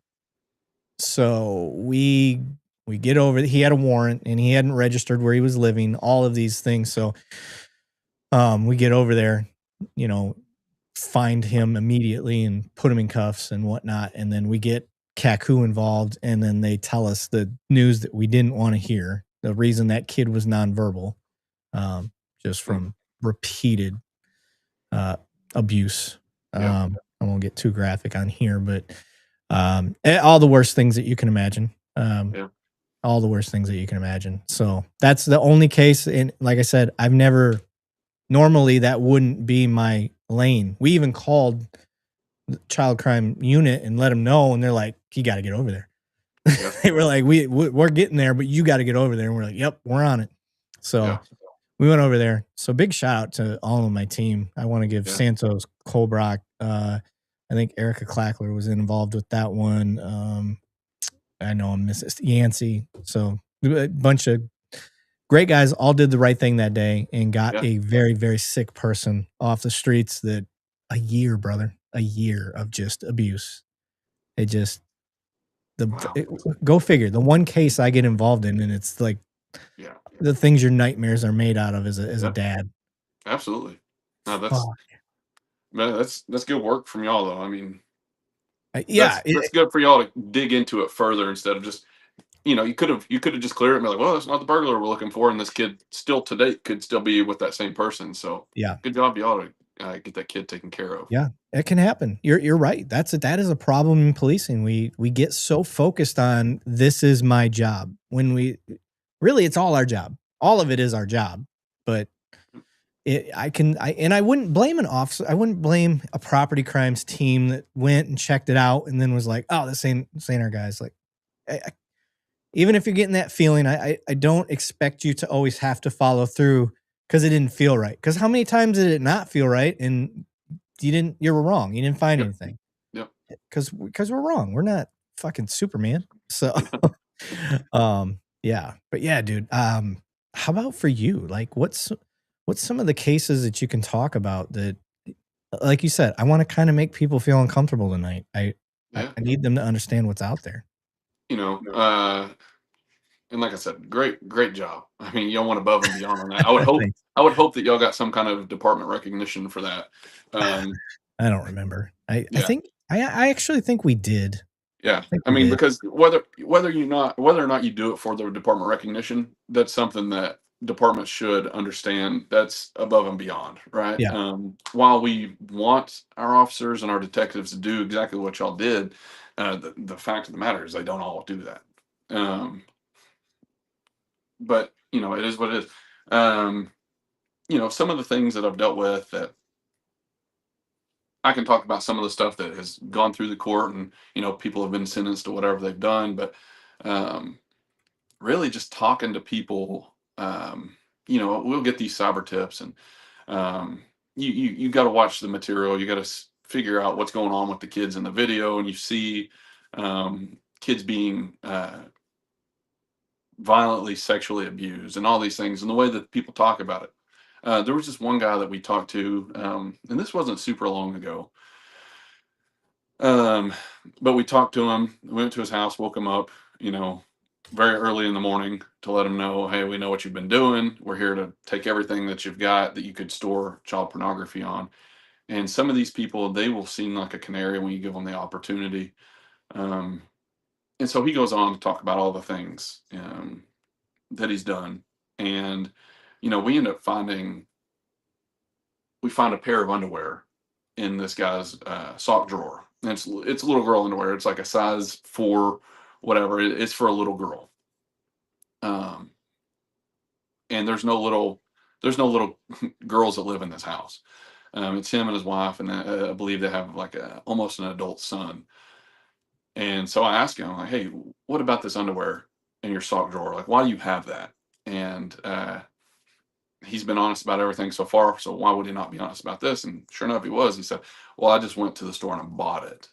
I say, hey, what business do you have with a little girl's underwear? Because to me, it almost seems like a trophy that you took from one of your victims. Yeah. And he's like, no. He says it's not a trophy. It's just, he has a sexual desire to have sex with little girls. And so he ended up he bought that underwear so he could masturbate in it. And there was DNA inside that underwear where he's just been using it. Gross. And it's stuff like that. I'm like, how do you check? Do you smell it? No. The old touch test. You're like, oh gosh, yeah, there's something on this. Right. It's like, it's yeah. stiff. It's stiff. It doesn't flex. Yeah, you're like, holy crap, what was this made of? It's like cardboard. Yeah, you're like just holding it straight out. Yeah. Yeah. Gross. Yeah. But stuff like that, it's like that is not normal. By any means, that's not normal for this guy to go to Target and go buy these little girls' underwear when he has no little girl, and then to explicitly just use it basically as a cum rag, right? Yeah.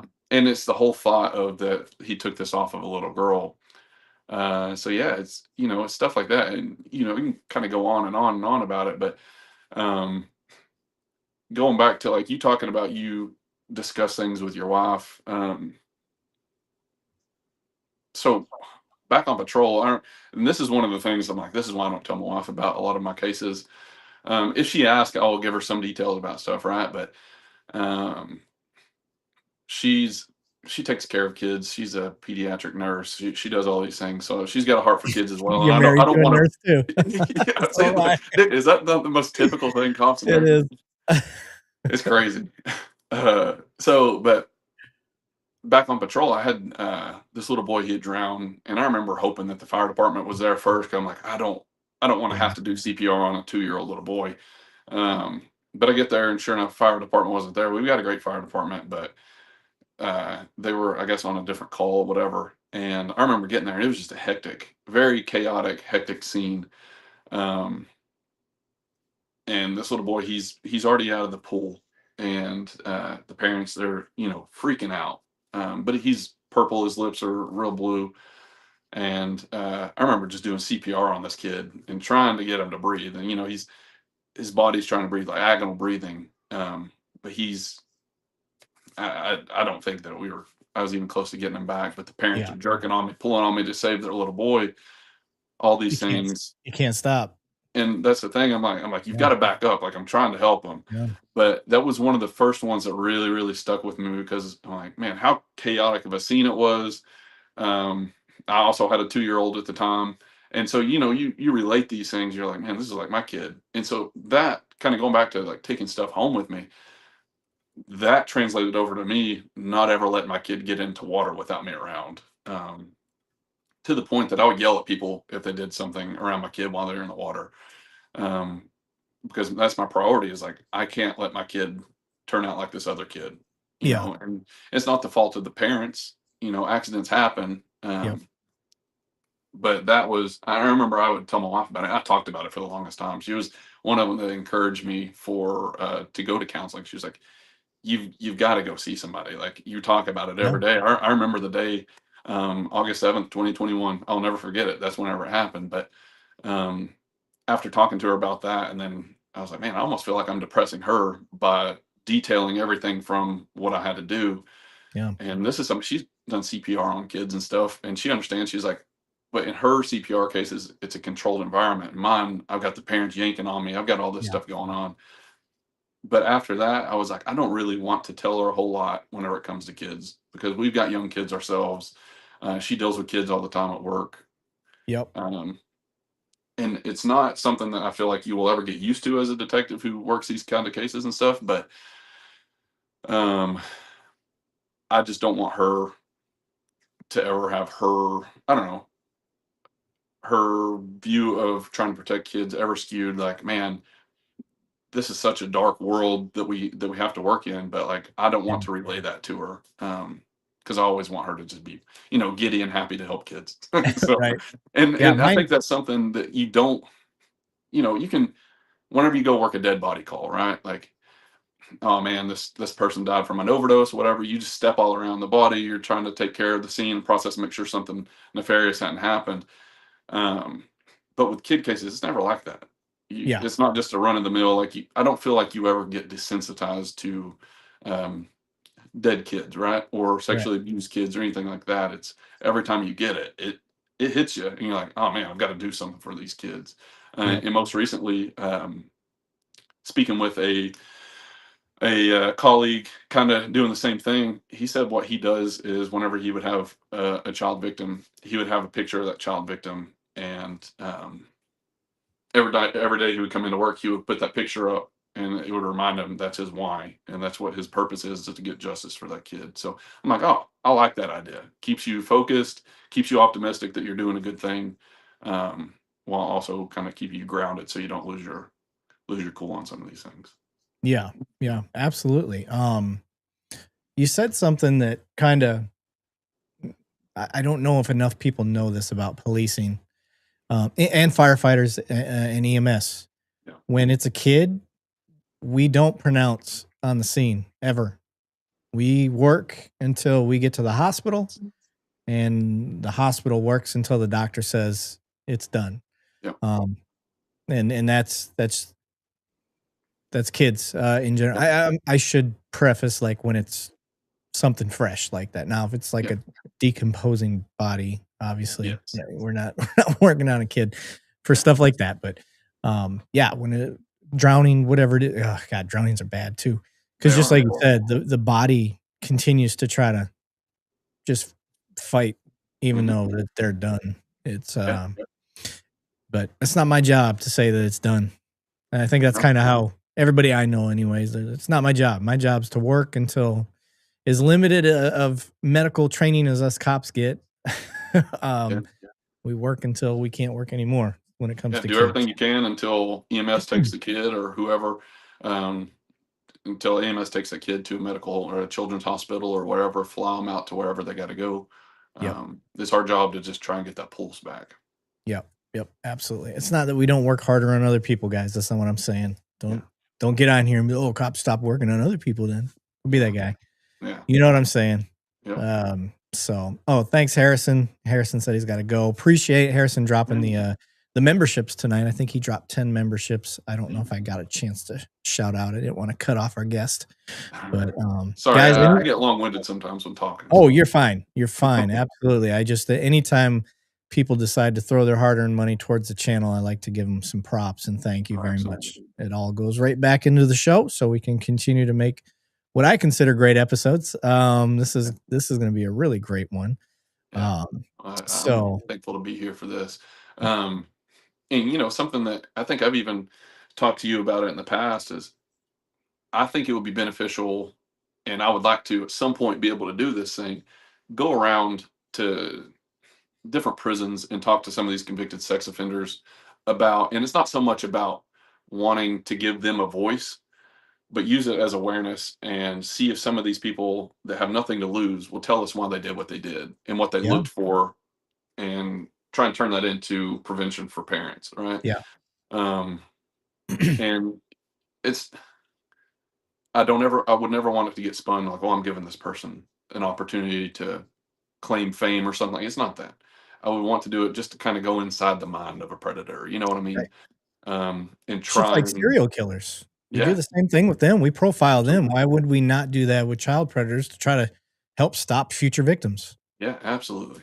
Yeah, I agree. Absolutely. I think that's saying it's smart. Know thy enemy in a way. That's Sure.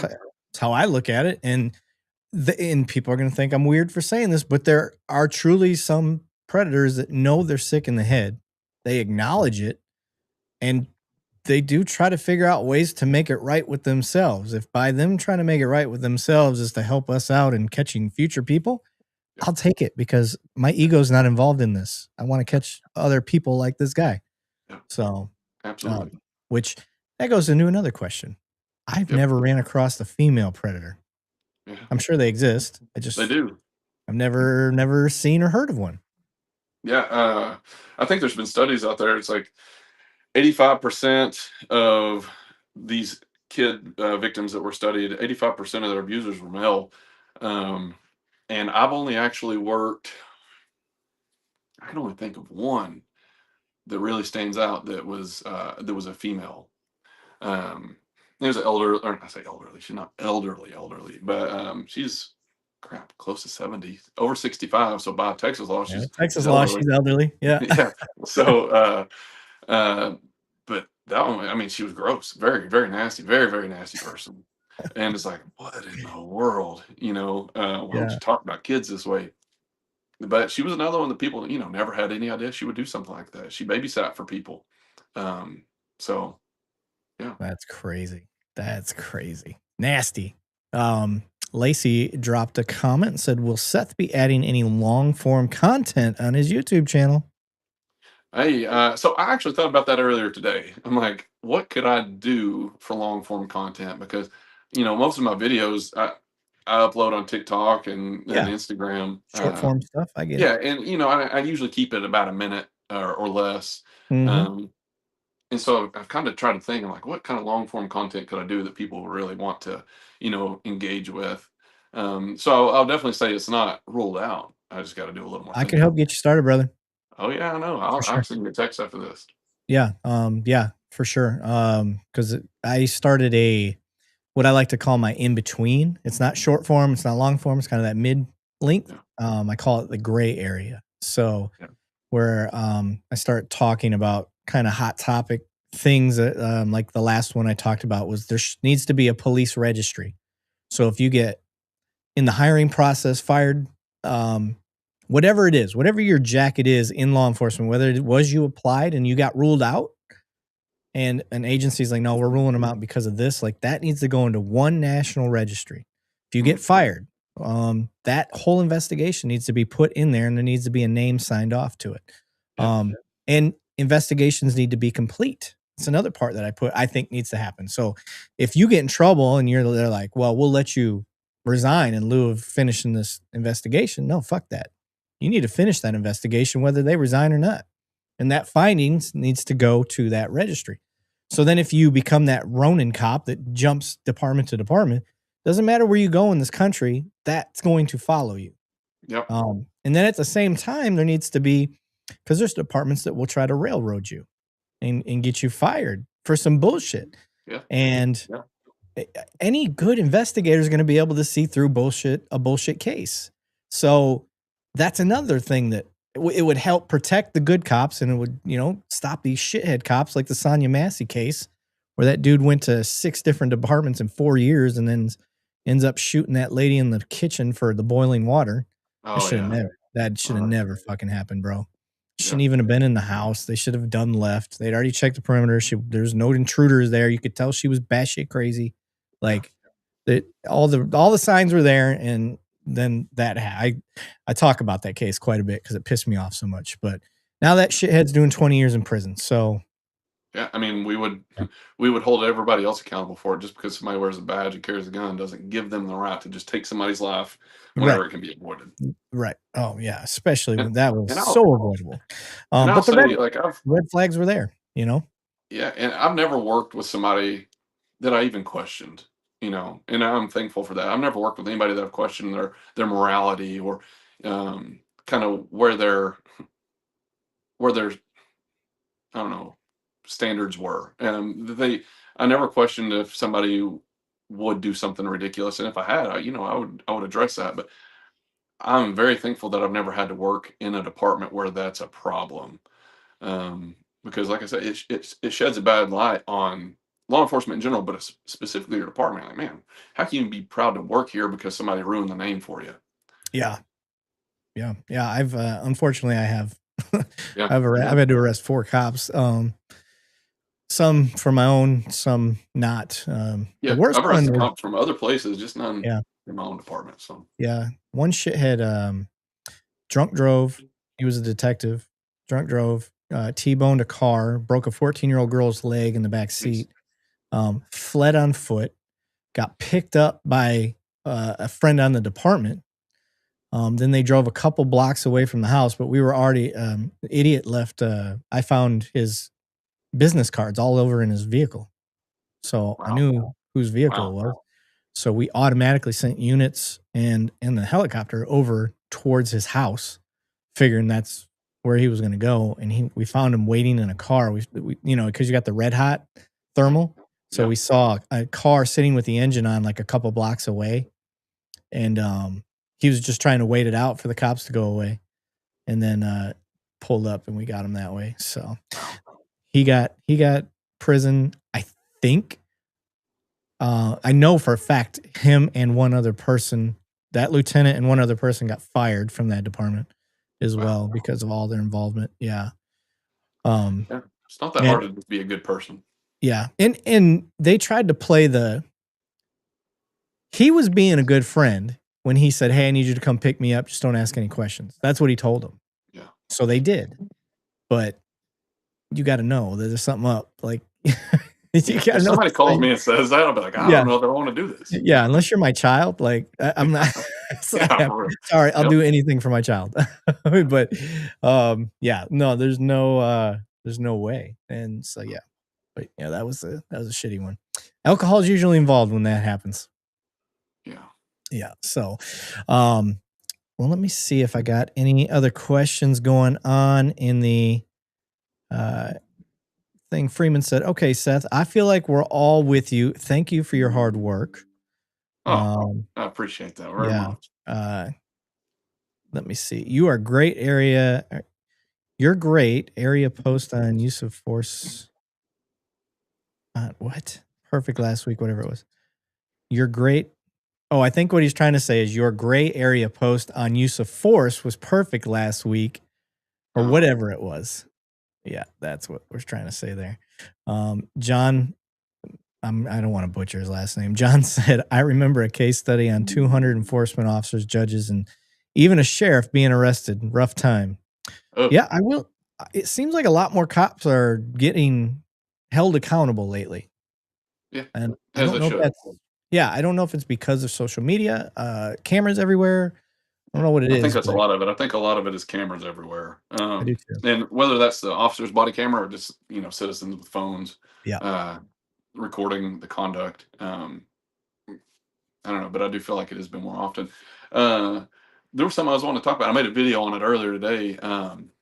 Okay. Making sure I'm not saying her name. I don't want to screw her name up. It's either Javea or Javia Harris out of South Carolina. She's a 4-year-old little girl.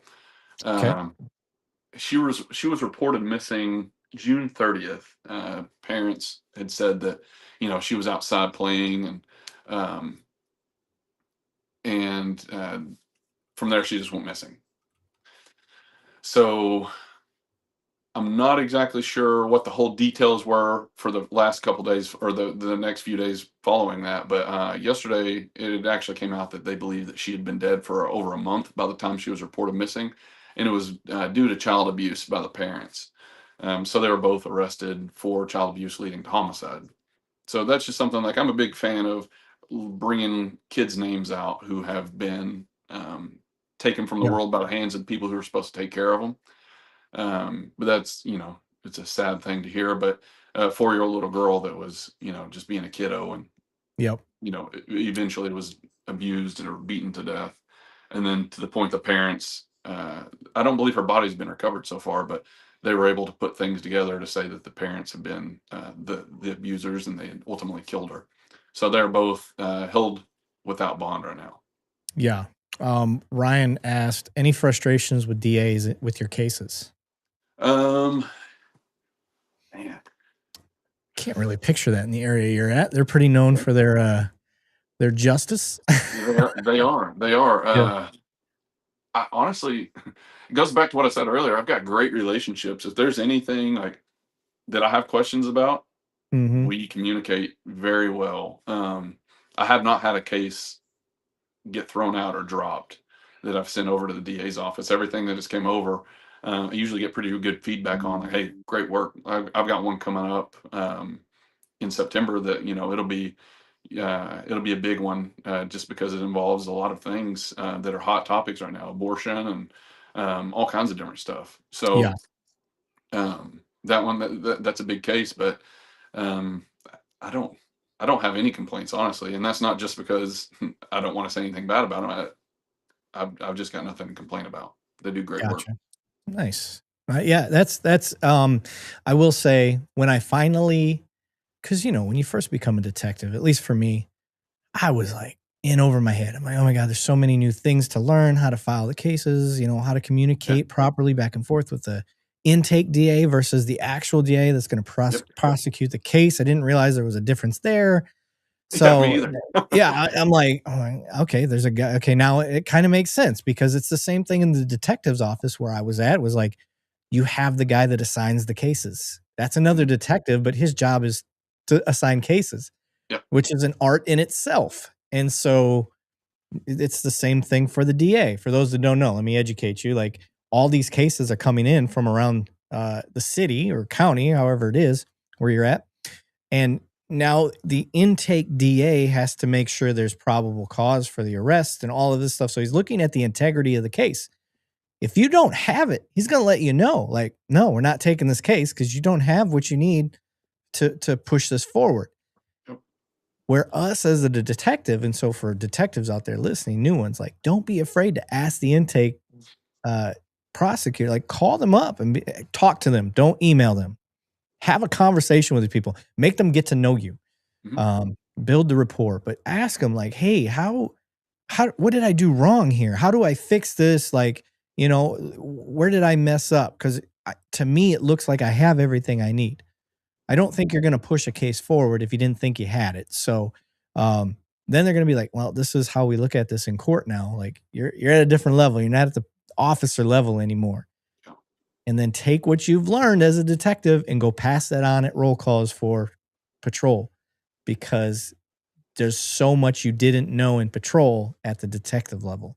And that's on that's for guys like us. That's our job. Like we had to push that stuff down. Now, me as a sergeant, like where I'm at, I don't have to worry about that as much, but I still have to tell my officers, because I work in a real-time crime center. I don't know if you guys have one of those where you're at, but I've got to tell my guys about how cases are built in their area, which is a lot different than being out in patrol and stuff like that. So that's how we improve those that will be there after we're gone. So I think that's our job. It's kind of one of the reasons why I do this platform, is I'm not just trying to help citizens have a better understanding, have them give us better perspective, because if we're going to be honest, Seth, we're in our own fishbowl. It's hard to get outside of our fishbowl. So you got to listen to the guys like that are in the chat tonight, Freeman and Mr. Billfold and Luna and all these guys. Like they give great perspective because they're not in our fishbowl. They're giving us stuff that we can't think about. So that's why I like doing what I do with this, and it's helping close a lot of gaps that I see in law enforcement, gaps that I see with citizens, because there's a lot of stuff citizens, like I guarantee a quarter of the chat tonight did not know that about a DA, and that there's an intake DA versus the one that actually prosecutes the case. And sometimes there's a disconnect between those two, because the intake DA sees it and is like, okay, well, that's Detective Lavigne. His cases are always solid, and he just pushes it forward. And then it turns out I messed up. And then I got the prosecuting attorney calling me like, what the fuck is this garbage? And I'm like, oh, my bad. My bad, bro. I have it. I just forgot to send it. There you go.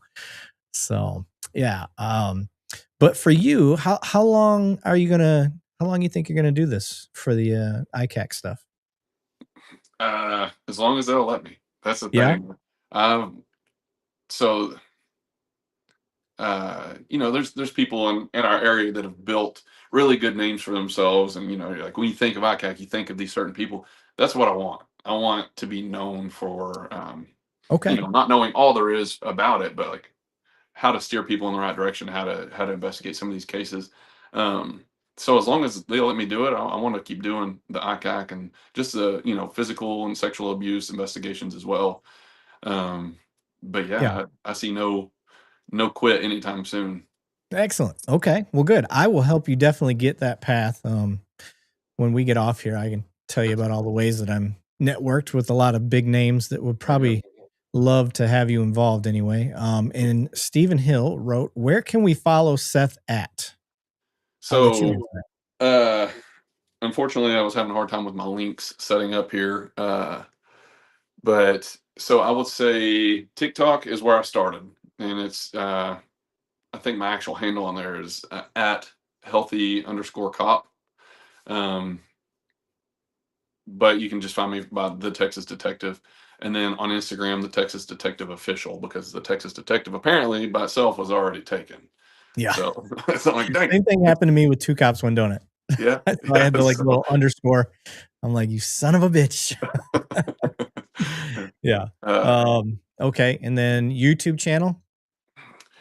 So it says I have a YouTube channel. I may have created one. I just didn't really know it. But if I have it, I'm definitely going to start adding stuff to it. I just got to figure out exactly what I want to put on there. Okay. There we go. Well, when you start doing your longer form content stuff, we can talk about that as well. There was a question on here a while ago that I'd seen. I think somebody had asked if I had ever presented, or if I present to grand jury, and if I'd ever had one no build. The answer to that, yes, I routinely present to grand jury, specifically whenever it's an in-depth either child pornography case or an in-depth sex abuse or physical abuse of a kiddo. And I've only had one that was actually no build, and that was one that by law, it was physical abuse. But the grand jury, they just weren't a fan of how it was done, because it was kind of a nasty custody dispute. Thing started out, but then it ended up getting to where this kid was spanked hard enough on his bottom that his whole butt was bruised. And I personally thought that was a little excessive given the kid's age. He was under the age of 5. And I was like, I don't think that's reasonable to discipline a kid like that. But Yeah. grand jury, I guess, thought differently. But Well, ultimately, people need, the I DA say, was pushing the same thing as I was. I say people need to understand in Texas, the law on discipline your kid is a lot more relaxed than in most states. Yep. Short of serious bodily injury, I mean, you can discipline your child here. Yeah. And But you that's the can. only one I've had no build. So I gotcha. Yeah, I don't. I'm pretty much batting 1,000. I'm pretty awesome. So, hey, I'll step it up, Knox. I'll step it up. Hey, you tried, man. It's okay. Yeah, that's all that matters. Everybody's got to have a hero. Everybody's got to have a hero. That's what I tell people. Yeah, I'm looking at mine right now. Okay. Well, guys, we're creeping up on 2 hours. I told him I'd try to keep this at 2 hours. Seth, is there anything that we haven't gotten across tonight? I've gone through all the questions that have been sent in. But is there anything that we haven't hit on with all of this that you just want to get out there and that people need to know about? I feel like we've hit on pretty much everything that I can think of off the top of my head. The only thing is that I just want people to understand how important it is to be involved in your kid's life. And I've done the same thing. I've given my kids an iPad and said, "Hey, just watch YouTube or play video or not video games, like whatever app that I've installed on that iPad. I need time to do whatever around the house." But I think if you involve your kids more in what you're doing, you just stay more connected with them. But if you are going to give your kid a device, have parental controls on it. I don't care if they are 16, 17 years old. You're not invading their privacy. You're doing your job as a parent. My honest belief is whenever it comes to stuff like that and my kids' safety and keeping them safe from somebody who's wanting to do bad to them, privacy is not a factor. The phone is a privilege. And I have the right to know what's going on there. So if you're not using parental controls, do it. In the long run, I think your kids will thank you. I've had kids that are now adults reach out to me on social media and tell me that they wish that their parents would have used Bark or just a parental control to prevent them from being victimized like they were. So I think involvement in your kid's life, knowing who they're talking to, and if somebody's doing something to them, it can set your kids up for success. Because there are studies out there that show that kids who have been sexually abused are more prone to fall to be addicted to narcotics and go down a path of destruction, really. So it all comes down to parenting, and I don't think anybody intentionally is a bad parent. I say everybody. There are some people. I just told you all about the little girl in South Carolina. Her parents were intentionally horrible parents. But the majority of parents, I think, are good, and they want to do good things. They just don't know how, or they feel like they don't have the time because it's become so normal to sit at the dinner table and your kid be distracted by their phone instead of conversation with the family. But you can get a lot by how your kid responds to your questions of how was your day, and if they just say good, that's not an acceptable answer. I want to know what made it a good day, or if they say it was bad, I'm not just going to say, okay, everybody can have a bad day. I want to know what made it bad. So, and don't demean them because what they consider bad isn't really that bad in your book. To them, it is bad. So let them explain. It's something that my wife's always been really good at with our kids. Is they get in the car to go home from school, and the first thing, how was your day? Oh, it was good. Okay, what was good? Well, I had this math test and I did really good on it and got that. Okay, what was the down part of the day? Like, what was your worst part of the day? No, all day was pretty good, Dad or Mom. Okay, cool. You didn't have any downtimes? No. Okay. And if they say yes, then we can kind of expand upon it. Okay, what was the downtime? Well, Reagan was talking trash about me and said that that I don't really have a Doberman. I do have a Doberman, you know, whatever little thing. Yeah, All right, it's something small to us, but to them, it ruined their yeah. day. Like, But okay, how'd you handle it? Well, you start helping them learn how to deal with, resolution of things. So yeah, and I think something that I tell my kids all the time is, "I love you." Right? That goes a long way, especially if they've had a bad day. But I've had cases where 13, 14-year-olds have killed themselves, and they leave a note saying that they didn't feel like anybody loved them, and they were an outsider in a group of outsiders, and all these different things. And it's like, you never know what your kids are actually going through unless you are there to talk to them. yeah, Because if you don't talk to them, you just get in the routine of having no involvement or communication with them, then things happen like that, and you just don't really know. yeah. We So, got some good comments here before you take off, Seth. Honestly, I feel like we're so appreciative of your hard work, and we all thank you for defending the most vulnerable among us. appreciate that. David Edmondson said, "I hope Seth has a great support group for all he has seen. God bless you and continued success catching these pervs." Appreciate that, David. There was another good one I saw. Damn, I lost it. Where'd it go? So, the hard part about not having my people here with me tonight. You've got a good. Sorry, go ahead. He said, Ryan said, "Thank you, Seth, for all you do. I'm sorry you've had to see the things you've seen to get these guys, but I'm glad there's people like you doing the work."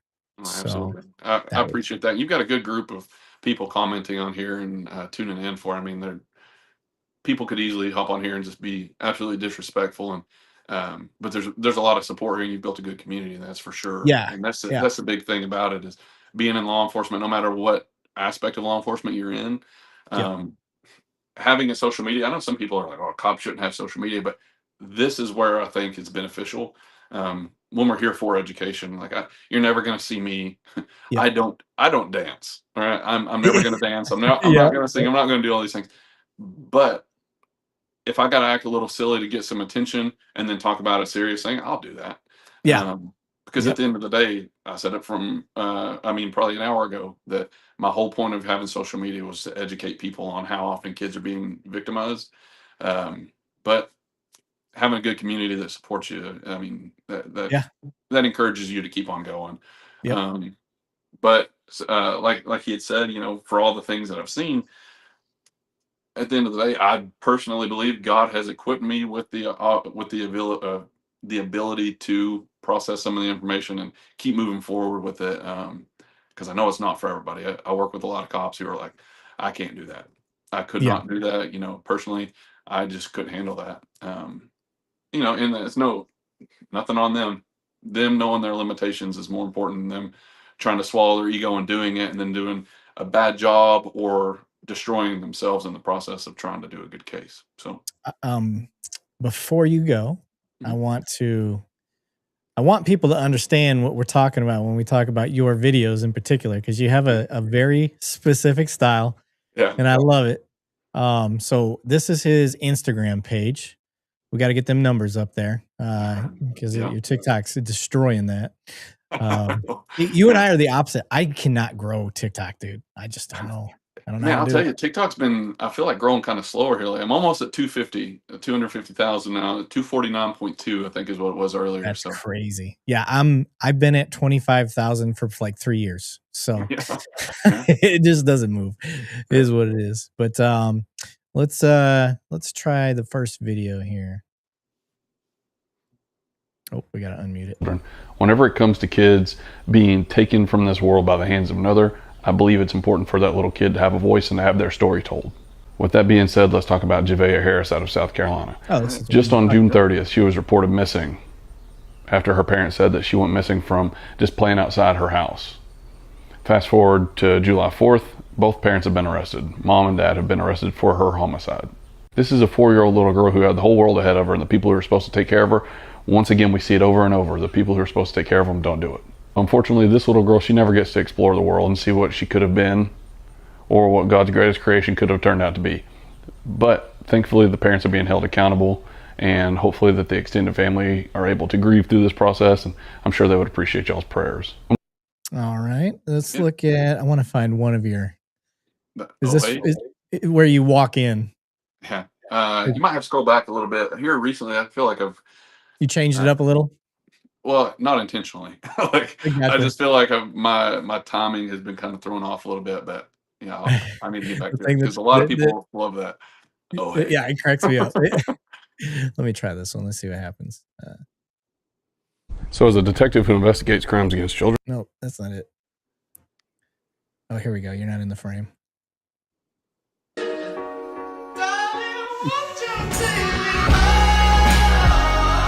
That's not it either.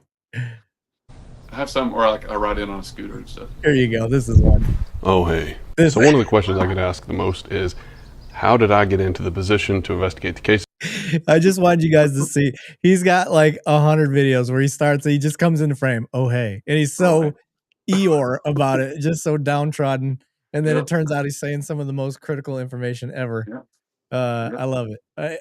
Everybody's got to have their own style, man. And you have got it nailed. Good old Texas boy for sure. You definitely, you got the accent too. I love it. I love everything about it, dude. You're doing great. You're doing, I appreciate you. I don't know if you guys are believers in God, whatever it is you believe in, but I think he's out there doing the Lord's work, whoever the Lord is to you. So I want you to keep doing what you're doing, brother. I really appreciate you deciding to jump on.